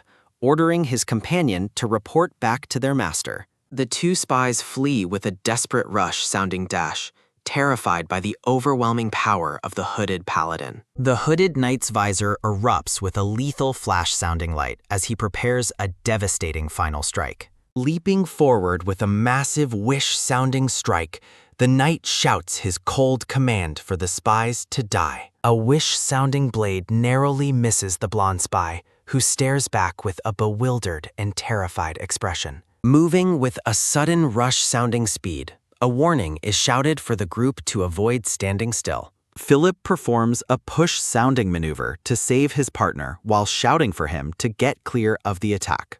A devastating shatter-sounding impact throws the target back, eliciting a sudden, pained R-sounding shout of agony. Horrified by the brutal and sudden attack, the blonde spy cries out his partner's name in a desperate plea. A lethal slash-sounding strike hits Philip, causing him to cough blood as he mutters a final, incomplete word. A powerful magical barrier settles over the building as a quiet shh-sounding energy hums through the night air. Jamie, the blue-haired boy, appears from the shadows to greet his servant and announce his timely arrival. A whoosh-sounding wind sweeps through the room as Jamie stands calmly between the surviving spy and the knight. Jamie explains his rank 6 barrier will prevent any alarms, noting the difficulty of controlling such overwhelming magical power. The armored knight remains silent, his visor glinting with a flash-sounding light as he assesses his new adversary. Shouting a command to die, the knight performs a rush-sounding dash while his target taunts his futile efforts. Jamie prepares a rank 5 gravity spell, purple energy erupting with a powerful whoosh-sounding surge of magical power. The system notification explains how the gravity spell intensifies to pull the enemy down with a sh-sounding force. Forced to the floor with a heavy crash-sounding impact, the knight lets out a pained R-sounding groan. Spectral hands materialize with a sh-sounding energy as Jamie casts his binding grip of the dead spell. The knight struggles against the magical bindings while multiple wish-sounding strikes cut through the tense, battle-torn room. Jamie focuses his power into a soul bomb, purple electricity crackling between his hands with a bzzzt-sounding spark. A sh-sounding energy surrounds the knight as a system notification warns of the impending and high-rank magical danger. A series of repeated bam-sounding explosions erupts as the soul bomb detonates, engulfing the room in purple light. Jamie maintains a calm, steady stare-sounding gaze as the smoke clears, revealing the armored knight's battered state. Despite his wounds, the knight attempts to move with a tap-sounding step while Jamie notes his durability. Electricity bzzzt-sounding crackles as the knight makes a desperate grab for his weapon despite his critical, bloody state. The knight lunges forward with a whoosh-sounding rush, shouting his relentless and lethal intent toward the intruders. Jamie remarks that his opponent is a spirited chimera, while an agile wish-sounding movement marks the boy's evasion. Intense purple magic crackles around Jamie's fingers with a buzz-sounding energy as he prepares his next spell. Casting Marionette, Jamie sends out spiritual strings with a wish-sounding motion to seize full control of the knight. The knight is forced onto his knees with a crash-sounding impact, letting out a pained arg-sounding cry. Purple energy bzzz-sounding crackles as the knight shakes, failing his assessment and unable to nullify the binding spell. Jamie reveals he contaminated the knight's body with soul debris, his eyes glowing with a sinister shh-sounding aura. As the knight bzzz-sounding shakes, Jamie declares that his enemy's body is now fully under his absolute control. A buzz-sounding energy hums as the knight realizes his physical control has been completely surrendered to dark magic. A system notification warns the knight that his adversary is unbeatable, suggesting a rush-sounding escape is necessary. Black performs a rush-sounding dash, shouting that the enemy will not be allowed to escape on his watch. Jamie unleashes his hand of darkness, which manifests with a powerful and deep whoosh-sounding surge of shadowy energy. The shadowy strike connects with a swash-sounding impact, hitting the armored knight with overwhelming and dark magical force. The knight's armor begins to crack with a buzz-sounding intensity as his hand is sucked into the darkness. A massive whoosh-sounding explosion of blue and white light erupts as the knight's internal power begins to destabilize. Surprised by the sudden reaction, Jamie reacts with a flinch-sounding startle while watching the knight's body change. The armored warrior lets out a pained sounding scream as his physical form begins to grotesquely mutate. Jamie reflects that things would have been much worse without Black's assistance while his dark magical energy settles. Jamie commands Black to surround the area with darkness with a powerful whoosh-sounding surge of pure magical energy. A deep rumble-sounding vibration shakes the room as the darkness thickens around the knight's horrific and ongoing transformation. The blonde spy obeys the command to flee, moving with a rush-sounding dash toward the exit. Determined to end the threat, Jamie prepares another spell with a whoosh-sounding swirl of purple magical energy. A wham-sounding blast of light strikes the center of the creature, causing it to scream in sudden agony. The monster's body begins to crumble, sounding as its true multi-limbed form as a chimera is finally revealed. Performing a swish-sounding turn, Jamie stares at the horrific monster, disgusted by the true form of the chimera. Jamie casts Area Bind, trapping the enemy in purple chains with a pained cough sounding as energy swirls around. Jamie calmly declares the fight will end soon, his blue hair flowing as a purple swish-sounding energy passes. A pained cry sounding erupts as the chains pierce sounding the knight's armor, binding his body with glowing purple force. Jamie claps, sounding his hands together, his eyes glowing with intensity as he prepares to unleash his death bomb spell. A massive gush-sounding explosion of purple energy consumes the area, shattering the knight's heavy armor with overwhelming magical power. The knight lets out a pained arg-sounding groan as the system confirms his physical damage limits have been exceeded. A wish-sounding movement reveals a fleshy, clawed arm bursting from the knight's back during a horrific and sudden mutation. Jamie identifies the exposed nucleus of the monster with a steady stare sounding, realizing it is the creature's core weak point. Multiple wish-sounding strikes lash out from the building as Jamie lets out a frustrated tisk sounding of sheer annoyance. Jamie stands at the window, frustrated that the creature managed to escape despite his efforts to contain the horrific threat. Ryza, the purple-haired servant, turns with a sudden swish-sounding motion to call out to his master in the darkness. Jamie acknowledges the escape while Ryza expresses his profound amazement at his master's terrifying and overwhelming magical power. Ryza questions why they aren't pursuing the target, confused by Jamie's calm demeanor following the monster's successful and sudden escape. Ryza worries about failing their monitoring mission, fearing the creature's escape will hinder their goal to capture it for study. Jamie looks back at Ryza, calmly explaining that the situation is far simpler than his servant currently understands it to be. A quiet shh-sounding hum accompanies Jamie's explanation that his dark mana is now permanently embedded within the creature's flesh. Jamie reveals he can track the monster anywhere, ensuring that no escape is possible now that his energy has penetrated it. In a quiet library, an elderly priest scribbles sounding away at his desk, unaware of the failure of his masterpiece. A small, multi-eyed creature crawls sounding across the windowsill with a heavy drag-sounding motion under the bright moon. The priest trembles with a shake sounding, horrified as the wriggling parasite confirms that his high-level chimera paladin has failed. Back on the rooftop, Ryza begins to question his master about the potential risks of their direct and violent interference. Ryza fears that the presence of a dark mage will be revealed, potentially exposing their hidden activities to their enemies. Jamie dismisses the concerns with a confident glare, declaring that no enemy is powerful enough to ever reach him.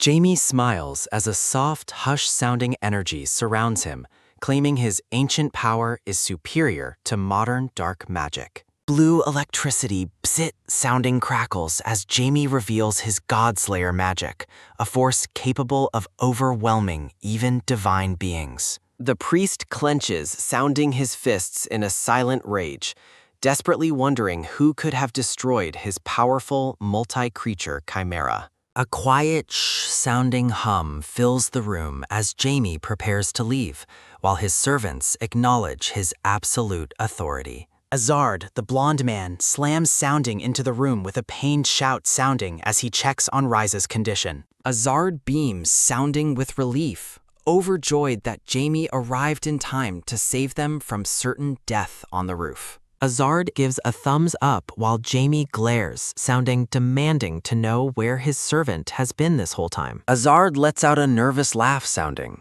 explaining how he fell out of a window and briefly lost consciousness during battle. Jamie responds with a cold-sounding stare, questioning how a zombie-like servant could possibly lose consciousness from a simple fall. Jamie orders his team to stop close monitoring to avoid blowing their cover while their enemies remain quick-witted and alert.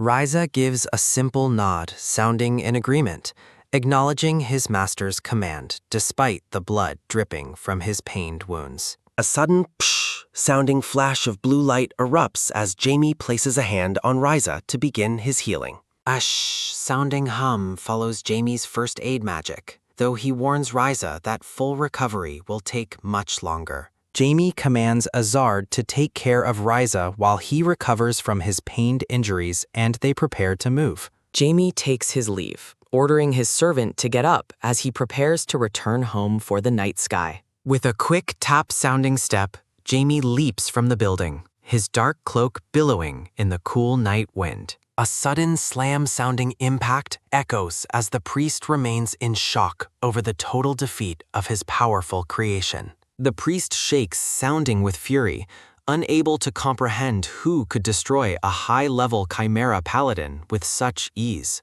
The multi-eyed creature continues to shake, sounding inside its glass jar, drawing the priest's frantic and horrified attention once more. The priest's eyes widen as a terrifying realization takes hold,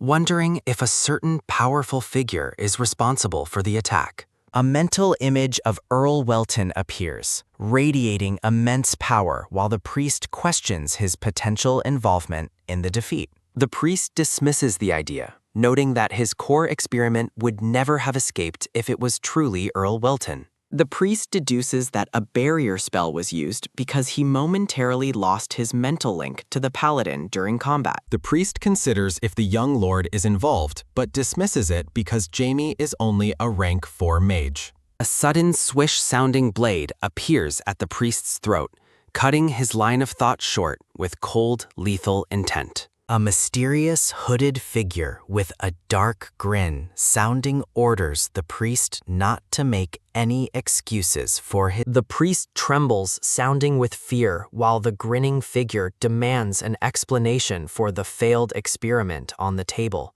A dark mist hums with a quiet shh-sounding threat, warning the priest. Realizing the 7 knights have been monitoring him, the priest grinds, sounding his teeth in a display of intense, silent fury. The crest of the 7 knights, the priest curses the archbishop. Jamie stares down at the fallen, bleeding Chimera Knight, pondering if he might have overdone his display of overwhelming power. Reflecting on the encounter, Jamie finds the concept of a chimera fueled by stolen vicarial power to be an intriguing discovery. With a quick swish-sounding motion, Jamie begins dissecting the remains of the creature to understand its twisted and artificial composition. A faint bzzz-sounding energy crackles as Jamie examines the creature's head, noting the high quality of its craftsmanship. Jamie identifies the creature's insect-like legs and internal organs specifically engineered to withstand fire and other elemental magical attacks.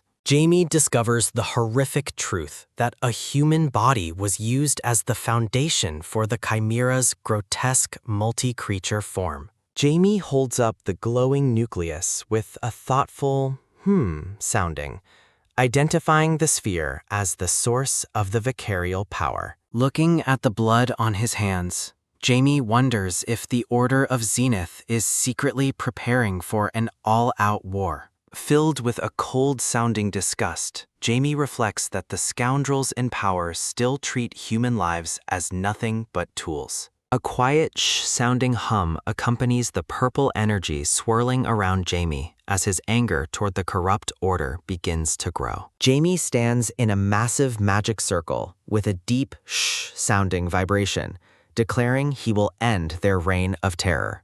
Jamie clenches his teeth with a bite-sounding determination, his purple eyes glowing with the ancient power of a true godslayer. In the dead of night, an angry voice screams out from the building, shocked that the masterpiece was destroyed so quickly. The priest explains to a glowing blue sphere that the chimera's nucleus survived, though his superior dismisses the failure as inexcusable. The priest apologizes, blaming an unexpected third party for the mission's failure, while the voice in the orb mocks his excuses. A man with a horrific, fleshy mutation on his face slams, sounding his hand down, demanding a new plan of action. The priest gives a sinister chuckle, sounding promising to provide a new experimental subject to continue their dark and forbidden research. The mutated man's excitement is met with a sudden flinch, sounding as the priest refuses to waste a saintly gift on chimeras.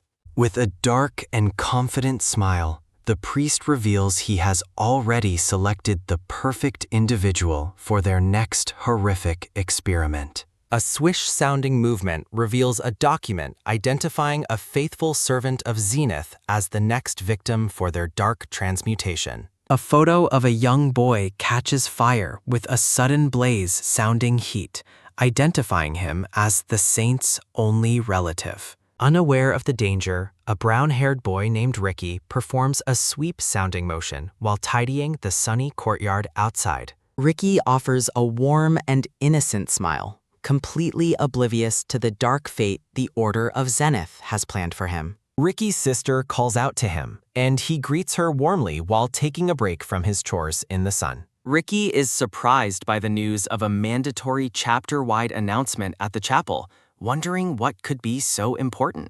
Crowds of orphans and servants gather inside the grand chapel, filling the pews as they wait for the official ceremony. Anna beams, sounding with joy as she spots Ricky, while a man named Ben sits closely beside her in the pew. Ricky is triggered by Ben's presence next to his sister, questioning why he is sitting there instead of moving elsewhere. Ricky gives Ben a firm push, ordering him to leave now that he has finished escorting Anna to the chapel. Sitting down with a soft plop sounding, Ricky asks his sister why the church has called for such a sudden gathering. Anna suggests there might be a new calling, an idea that fills the innocent Ricky with excitement and profound awe. A priest at the podium performs a swish-sounding gesture, announcing that God has delivered another divine message to the faithful. The chapel fills with excited chatter, sounding as the children wonder if one of them has finally been chosen for greatness. The priest makes a dramatic announcement that a new child has been chosen to serve, stunning Ricky into absolute silence. Watching the hopeful children, the priest thinks to himself with a dark swish-sounding motion that they are truly fools. The priest's sinister thoughts reveal that being chosen is no blessing, but rather a death sentence as an ingredient for a chimera. The priest smiles with a dark and hidden malice, urging the unsuspecting orphans to rejoice in their blind and misguided faith. A hand reaches out toward Ricky, who looks up with hope, believing he is entering a life of divine and holy service. Back at the estate, Jamie sits by a window as the pitter-patter sounding rain begins to fade under the rising sun. Jamie's mother offers a gentle smile, commenting on how pleasant it is to share tea time together on a rainy afternoon.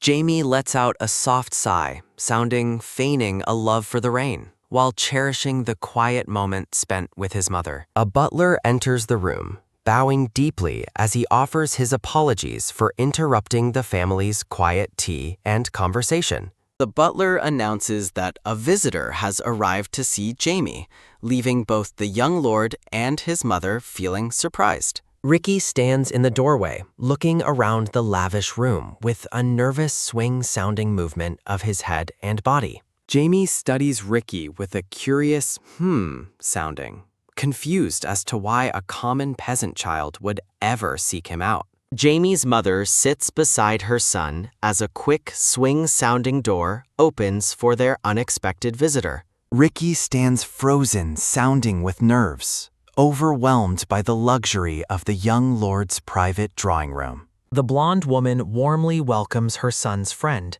while Jamie's internal thoughts confirm his prior suspicions. Ricky beams, sounding with joy, introducing himself and mentioning his home at the Order of Zenith's orphanage.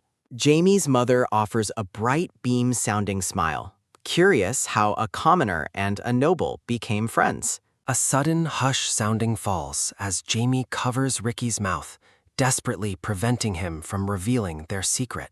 Jamie forces a nervous laugh, suggesting his mother leave so the two boys can play together privately. His mother finds the display cute, thinking Jamie is just embarrassed and quietly stays out of their way. Jamie worries about his mother's potential punishment of excessive affection if she ever discovers his true activities. With a loving smile sounding, the woman agrees to leave after receiving one final goodbye kiss from her son. Jamie gives his mother a reluctant kiss sounding on the cheek while she radiates happiness and motherly pride. Jamie's mother departs as both boys bow, sounding with deep respect, finally alone to discuss more serious matters. Ricky laughs at Jamie's family life, though the young lord responds with a visible sounding of annoyance. Jamie lets out a tired sigh, demanding to know the real reason for Ricky's sudden visit. Ricky's expression softens as he explains that he will be departing from the city of Heiss very soon. A dramatic thud-sounding shock hits Jamie as the brown-haired boy reveals he came to say goodbye. The sun begins to set over the grand estate as a heavy sigh echoes through the air. Azar droops, sounding with exhaustion, reporting his failure to find any suspicious activity within the city walls. Reflecting on his surveillance, Azard wonders why the Order hasn't made any moves since their recent defeat. A sudden stop-sounding movement interrupts Azard's thoughts as a familiar voice calls out from the path. Rhythmic tap-sounding footsteps approach as Ricky walks through the gardens with a cheerful and unsuspecting smile. Ricky's face lights up with a beam sounding as he spots Azard, recognizing him as a friendly face. Azard is visibly annoyed by the boy, while Ricky responds with a playful, light-hearted, hee-hee sounding giggle. Ricky shares his excitement at seeing Azard again, eager to deliver his life-changing news to the older warrior. A sudden flinch-sounding shock takes hold of Azard as he hears the boy's unexpected announcement. Ricky enthusiastically reveals he was chosen and will be departing for the Order's headquarters tomorrow morning. Jamie's expression turns cold with a lethal fury, realizing the depth of the Order's deception toward the orphans. A soft tap-sounding hand reaches out, resting gently on the young boy's head as he continues speaking. Azard gives a gentle pat sounding to Ricky's head, hiding his true concerns behind a supportive, feigned smile. Ricky clenches, sounding his fist with determination, vowing to help people just like his heroic blonde idol. Ricky waves, sounding goodbye with a bright smile, promising to return and visit his friends in the future. A sudden whoosh-sounding wind follows the boy's departure as a dark-cloaked figure appears behind Azard. Jamie's eyes glow with a cold, predatory intent, vowing to intercept the carriage taking Ricky tomorrow morning. Standing among robed figures, Ricky clutches a bouquet of flowers and looks toward his future with hope. A soft sniffle-sounding sob comes from Anna as she watches her brother prepare to leave their home. Ben promises to protect Anna in her brother's absence, earning a smile of gratitude from the departing boy. Anna forces a sniffle-sounding laugh, encouraging Ricky to focus on his path to becoming a holy brother. The siblings share a tight, clasp-sounding embrace, Ricky promising to write home and take care of himself. Tears well up in Ricky's eyes as he promises his sister that their separation will be short. Anna cries as she hugs her brother one last time, promising to wait for him at the orphanage. The carriage departs with a rhythmic clip-clop sounding as Anna watches her brother disappear into the distance. A sudden whish-sounding motion occurs as Jamie watches the carriage depart while hidden by his dark cloak. Jamie's eyes flash with a lethal swish-sounding intensity, his gaze fixed on the transport of his friend. Back at the estate, a crackling bzzz-sounding energy surrounds Jamie as he focuses his powerful magic. With a determined smile and a buzz-sounding crackle, Jamie prepares to execute his plan of pursuit. A quiet shh-sounding hum accompanies the purple magic circles as Jamie attempts to track the dark mana. Intense energy pulses with a loud bzzz-sounding vibration as the magical tracker locks onto its target. Jamie successfully traces the dark mana back to its source, confirmed by his small, floating familiar spirit. Dark energy swirls as Jamie reflects on the horrific requirements necessary to create a powerful artificial chimera. An image of a praying boy appears, representing the first and most vital ingredient, an innocent human victim. Jamie's green eyes narrow with focus as he notes the presence of only one high-ranking priest in the area. A dark-haired priest in regal blue robes stands confidently before a glowing, divine crescent symbol illuminating the grand chapel. A sudden tap-sounding impact and whoosh-sounding movement occurs as Jamie plans to leave the lab to his allies. The carriage moves swiftly with a rhythmic clip-clop sounding, while Jamie decides to let his knights handle the laboratory. Jamie dons his dark cloak with a fluid swish-sounding motion, intending to confront the high-ranking bishop personally. Smirking with absolute confidence, Jamie declares checkmate as he prepares for his next decisive move against the Order. With heavy step-sounding footfalls, the high-ranking priest enters a room, announcing that the time for his ritual has come. A dark, mystical aura surrounds text proclaiming that an innocent orphan boy is beginning his path to blessed paladinhood. The priest performs a dramatic swish-sounding gesture, claiming that divine blessings require great perseverance from the church's faithful. The priest stands before a glowing mirror as a magical portal opens, his shadow stretching across the cold stone floor.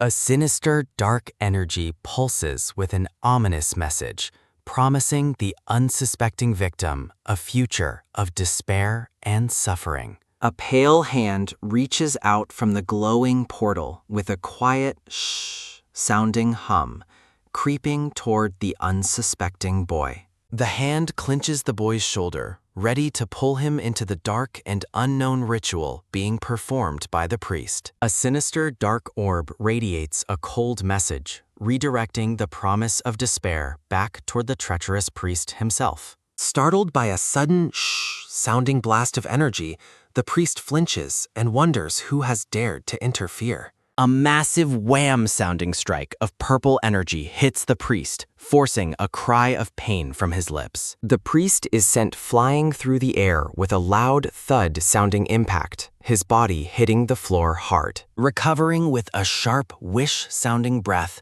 the enraged priest demands to know who dares to interrupt his holy ritual. A cloaked figure emerges from the purple mist, mockingly calling the priest a psychopath and questioning his holy operation.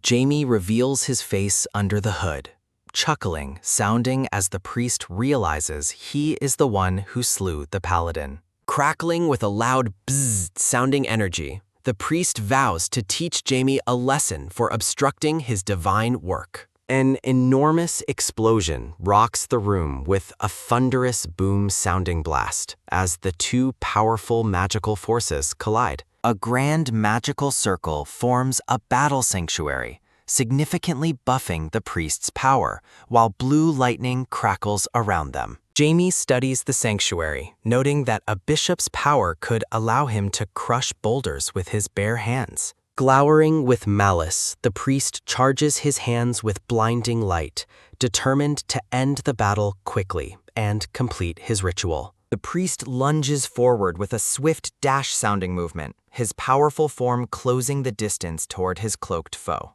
With a lethal glare, the priest prepares to shatter Jamie into pieces with a single, magically enhanced physical strike. A sudden whish-sounding blur occurs as Jamie narrowly evades the priest's devastating, lightning-charged attack with incredible speed. Jamie grunts with a sharp, sounding effort, barely staying ahead of the priest's overwhelming speed and raw physical power. Laughing maniacally with a shh-sounding rush of air, the priest commands Jamie to die for his bold interference. Jamie stands firm as energy crackles sounding around him, while the priest mocks his fate as a future chimera ingredient. The two combatants stare each other down, the priest's shock evident as Jamie's eyes glow with a menacing purple intent. A powerful grab-sounding motion traps the priest's hand, dark purple mana binding his limb in an inescapable, shadowy grip.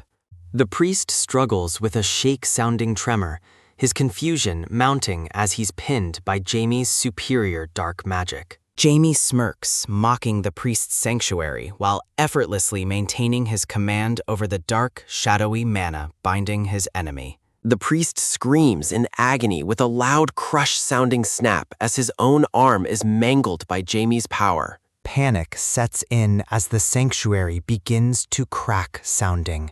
The priest realizing his divine domain is being consumed by darkness. Desperate and terrified, the priest watches the structural failure of his magic as more crack-sounding fissures appear around him. Jamie lets out a cheerful laugh and claps, sounding his hands, delightedly confirming the priest's worst fears about the sanctuary. A sudden psh-sounding blast of dark energy sends the priest staggering back, his defense and sanctuary completely shattered. The priest is propelled backward with a loud whoosh-sounding force, tumbling helplessly across the stone floor of the chapel. Crashing against the wall with a sickening thud-sounding impact, the priest coughs up blood in a state of shock. Jamie approaches with a heavy step-sounding movement, while the defeated priest tries to crawl away in a swish-sounding panic. Jamie looms over his victim with a shake-sounding aura, stating he has many questions that he expects the priest to answer. Despite his injuries, the priest scoffs at the idea of cooperating, his face twisted in defiance and bloody spittle. Jamie's expression turns terrifyingly joyful with a flinch-sounding reaction from the priest, promising that his guest will indeed talk. A bright pink magical seal activates with a soft shh-sounding hum as Jamie reaches for the priest's forehead. With a loud buzz-sounding vibration, Jamie begins to forcibly examine the priest's brain, dark magic swirling violently around them. The priest's face contorts in absolute agony with a shake-sounding tremor as the brutal mental invasion proceeds. A final, agonizing scream echoes through the dark room, signaling the brutal end of the priest's resistance to Jamie's magic. Shadows swirl with a quiet shh-sounding hum as a cloaked figure stands near the library shelves. A glass vial falls with a loud shatter-sounding impact, drawing the attention of the startled robed man. The deformed scientist slams sounding his fist on the table, furious at the delay of his anticipated ritual. With a swift swish-sounding turn, a hooded subordinate promises to find the missing priest at once. A sudden and brutal attack lands with a pow-sounding strike, splattering blood across the robed man's face. The scientist exhales with a psh-sounding breath, frustrated by the lack of progress in his laboratory. Startled by an unexpected noise, the scientist pauses and wonders about the source of the strange sound. His realization comes too late as intruders enter the hall with a series of loud tap-sounding footfalls. The cloaked knights stand before the library shelves, having finally discovered the entrance to the hidden laboratory. Pointing toward the shelf, a knight senses a breeze and suspects a secret passage is hidden directly behind. Lars observes a single book free of dust, realizing it must be the mechanism for the secret door. With a quick top-sounding touch, the blonde-haired knight pulls the suspicious book to reveal the path. The stone wall slides open with a heavy rumble-sounding vibration, startling the two prepared and cloaked intruders. Lars narrows his eyes, sensing a sudden and overwhelming wave of ominous energy from deep within the passage. As Lars warns his companion, a massive chain whip lashes out toward them with a violent whoosh sounding. The blonde knight blocks the heavy chain with a loud clank-sounding impact, grunting under the immense force. Grit and determination fill Lars's eyes as he struggles against the overwhelming physical strength of his hidden attacker. A devastating wham-sounding strike of raw energy sends the knight flying backward, forcing a pained cry. Recovering with a quick top-sounding step, Lars readies his sword, realizing he faces a truly formidable beast. His purple-haired ally calls out in alarm, clearly worried about the incredible power of the monster they've encountered. Lars remains calm, realizing they've hit the jackpot by uncovering the most dangerous weapon of the secret laboratory. A hulking, purple-skinned beast wrapped in heavy chains looms forward, wielding a massive spiked mace with lethal intent. Glowing magical symbols pulse with a chilling directive to build a powerful army using any method necessary. Back in the chapel, Jamie notes the priest's divine message as the defeated man confirms his dark purpose. With a fluid swish-sounding gesture, Jamie commands the controlled priest to report to the palace immediately. Emitting a loud buzz-sounding vibration, Jamie reinforces the brain control spell to ensure the priest's absolute obedience. With a swift swish-sounding turn, Jamie reflects on how the spell will prevent any mention of his existence. Reaching out with a quiet shh-sounding hum, Jamie activates a final teleportation magic to leave the area. Lincoln's face flickers with a loud buzz-sounding static as Jamie's mind manipulation takes hold of him completely. Deep in the lab, the scientist slams, sounding his fist in rage over the loss of 4 valuable creations. He shakes, sounding with fury, realizing he cannot leave his unholy experiment unattended to handle the intruders himself. With a frantic swish-sounding turn, the scientist watches his incubation tanks, desperate to protect his final work. With a quiet tap-sounding touch on the glass, he laments having to deploy his masterpiece so early. A loud crack-sounding fissure spreads across the glass tank as the newest and most dangerous chimera awakens. Liquid leaks out with a steady drip sounding, while the scientist curses the missing Lincoln's perceived incompetence. Standing over a bound victim, the scientist mutters with a quiet shh-sounding hiss about the required divine power.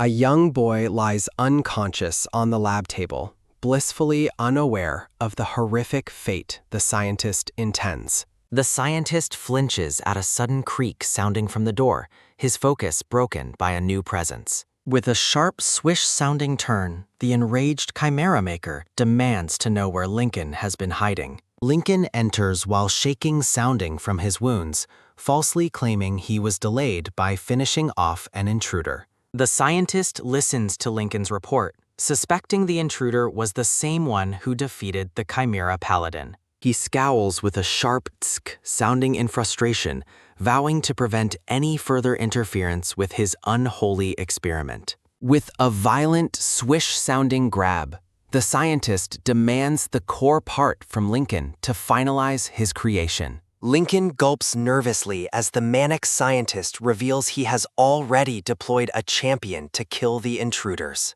Chuckling with a low ha-sounding laugh, the chimera maker clutches a glowing mass, eager to finish his work. Looking down at the victim, the scientist asks Lincoln for his expectations regarding this new and powerful chimera. Lincoln feigns a nervous smile, inwardly mocking the talkative scientist while expressing high hopes for the new monster. The chimera maker scoffs with a sharp tisk sounding, dismissing Lincoln's obvious observations as he resumes his ritual. With a swift swish-sounding movement, the scientist readies a syringe of glowing fluid for the final unholy touch. With a sharp push-sounding puncture, the scientist injects a glowing serum into a multiple-eyed organic mass. He delightedly presses the pulsating matter onto a chimera with a disgusting squish-sounding effort, anticipating perfection. The scientist's face contorts with a manic grin as a shake-sounding tremor vibrates through his mutated form.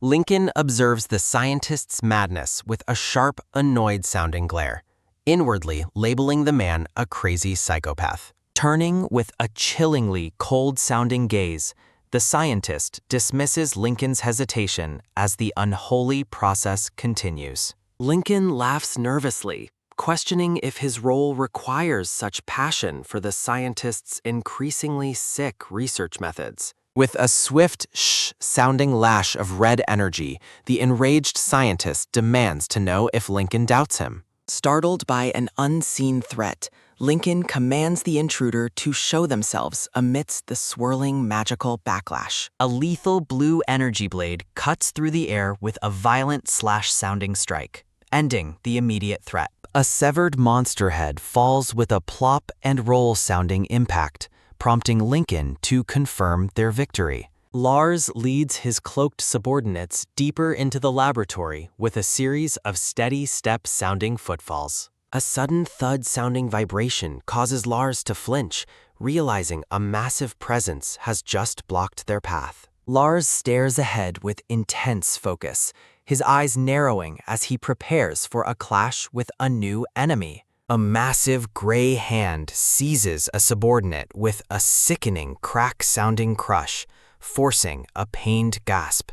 The red-haired knight lunges forward with a quick tap-sounding step, shouting for the monster to release him. The subordinate is slammed against the stone wall with a heavy clink-sounding impact as the monster exerts power. A hulking gray beast with horns and purple eyes looms, its presence accompanied by a low, shh-sounding aura. With a violent whoosh-sounding swing, the massive chimera lashes out at Lars with its chained muscular arms. Realizing the corridor is too narrow, Lars desperately thinks about finding more space to maneuver against the giant. Lars executes a quick rush-sounding dash, putting distance between himself and the monster's overwhelming physical strength. Lars channels his power into a brilliant skill, shouting for the blade of judgment to strike his foe. A blinding flash-sounding burst erupts as Lars delivers a powerful, magically enhanced strike against the massive creature. The beast remains standing, emitting a low grr and gar sounding roar that signals its mounting primal fury. Lars reacts with a sudden flinch as he senses a lethal surge of purple energy directed straight at him. The monster closes the distance with a terrifying whoosh-sounding speed, its enormous form a blur of raw power. Caught off guard by the creature's speed, Lars realizes with horror that it is too late to dodge. A brutal pow-sounding impact echoes as the red-haired subordinate intercepts the blow to protect his leader, Lars. The monster lets out an earth-shattering gar-sounding roar of triumph after successfully striking its target. A subordinate approaches Lars with a steady step-sounding movement, urgently suggesting a retreat to re-strategize their attack. Tension rises with a shake-sounding tremor as Lars learns they must abandon their injured comrade to escape. The subordinate coldly explains their orders are to support Lars and ensure the mission's goal is achieved. Tears well in Lars' eyes as he faces the heartless, pragmatic logic of his subordinate's sacrificial loyalty. The monster lunges again with a low grrr and rush-sounding movement, intent on finishing the battle quickly. A subordinate leaps into the fray with a swift wish-sounding blur to draw the beast's lethal attention. Grabbing Lars with a firm swish-sounding motion, a knight warns that facing the monster alone is suicide. The subordinate reminds Lars that they make undesirable choices only to bring the best results for the Weltons. Narrative text emphasizes that these soldiers will clear anything interfering with the master's will, including their own lives. Lars stares in utter disbelief, his mind reeling at the senselessness of sacrificing lives to save others. Another knight is struck down with a heavy clank-sounding impact, urging Lars to flee while he still can. Debris falls around Lars as he stands frozen in shock, watching his allies being torn apart by the monster. Lars and his purple-haired ally exchange a horrified look as the situation in the lab spirals out of control. The hulking beast catches a subordinate in a massive grab-sounding grip, its sheer power leaving no escape. Lars' ally screams for them to leave, but Lars refuses to abandon his people to such a fate. A sickening pow-sounding blow and pained ah-sounding scream follow as the monster crushes its latest victim. Consumed by rage, Lars shouts for the beast to let her go as his magical aura begins to flare. His hand tightens around his sword hilt with a creak-sounding grip, his resolve finally reaching its breaking point. Biting his lip until it bleeds, Lars prepares to unleash a power far beyond his previous limits. The purple-haired knight watches in awe as Lars is suddenly wreathed in a brilliant, gold-tinged magical radiance. A halo of divine light surrounds Lars, signifying the awakening of a power that dwarfs the surrounding darkness. Standing as the divine executor, Lars is surrounded by holy symbols and light, ready to destroy the unholy beast. Lars's eyes narrow with lethal intent as a quiet shh-sounding hum emanates from his divine aura. Lars lunges forward with a swift wish-sounding blur, channeling concentrated holy light into a devastating overhead strike. The massive gray beast is engulfed in a brilliant smash-sounding explosion as Lars's magically enhanced blade makes contact. Lars maintains his aggressive stance, relentlessly pressuring the hulking chimera with a series of high-speed, light-infused combat maneuvers. Another powerful smash-sounding impact rocks the beast, the overwhelming force of Lars's divine judgment cracking its stony hide. Lars stands poised and determined, his body wreathed in radiant energy as he prepares to finish the unholy monster. Lars smiles beneath his mask, acknowledging that their salvation is the work of Pyro, the goddess of justice. The knights celebrate their comrade's recovery with a playful boink and clap-clap sounding cheer. Amid letting out a low chuckle-sounding laugh, Lars expresses his heartfelt relief that his loyal subordinates have survived the ordeal. Jamie is suddenly surrounded by a sharp psh-sounding aura of dark energy as he confronts the mutated Chimera Maker. The enraged scientist screams at the blue-haired mage for interfering with his unholy and holy research experiments. Jamie remains unimpressed, mockingly pointing out the irony of a man who turned his own body into a monstrosity.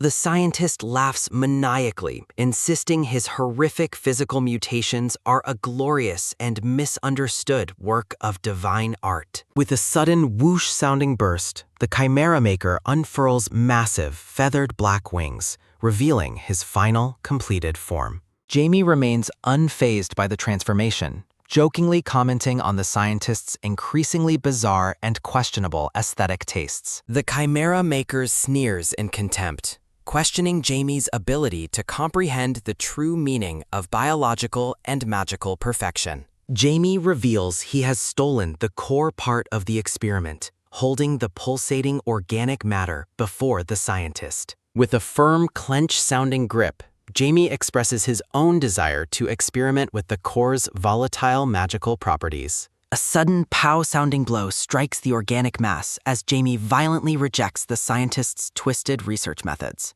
The scientist erupts in a frantic rage, cursing Jamie as a dirty scumbag for damaging his precious masterpiece's component. Jamie ignores the insults and begins casting a complex purple magic circle with a steady tap-sounding touch. A massive purple warp spell erupts across the laboratory floor, engulfing both Jamie and the winged scientist in light. The scientist desperately attempts to nullify the portal, realizing too late that Jamie's spatial magic is far too advanced. Jamie clenches his fist with a firm clench-sounding motion, finalizing the teleportation spell despite the scientist's frantic resistance. Magical feedback triggers a loud bzzzt-sounding surge that shocks the scientist, preventing him from escaping the warp's reach. The scientist stares in wide-eyed horror as he realizes his attempts to break the spatial lock have utterly failed. Violet energy swirls violently around the Chimera Maker, signaling the completion of the long-range teleportation to a new location. With a loud whoosh-sounding transition, the two combatants appear in a dark forest, miles away from the lab. Jamie mocks the scientist's weakness with a sharp bite-sounding quip, asserting his dominance over the spatial battlefield. Jamie manifests his own purple bat-like wings with a fluid swish-sounding motion, hovering effortlessly above the forest floor. With a chilling gaze, Jamie warns the scientist that he will be disintegrated and reborn as a loyal servant. The enraged scientist lashes out with a long, fleshy tentacle that cuts through the air with a whoosh-sounding strike. Jamie expertly dodges the attack with a sharp whish-sounding movement,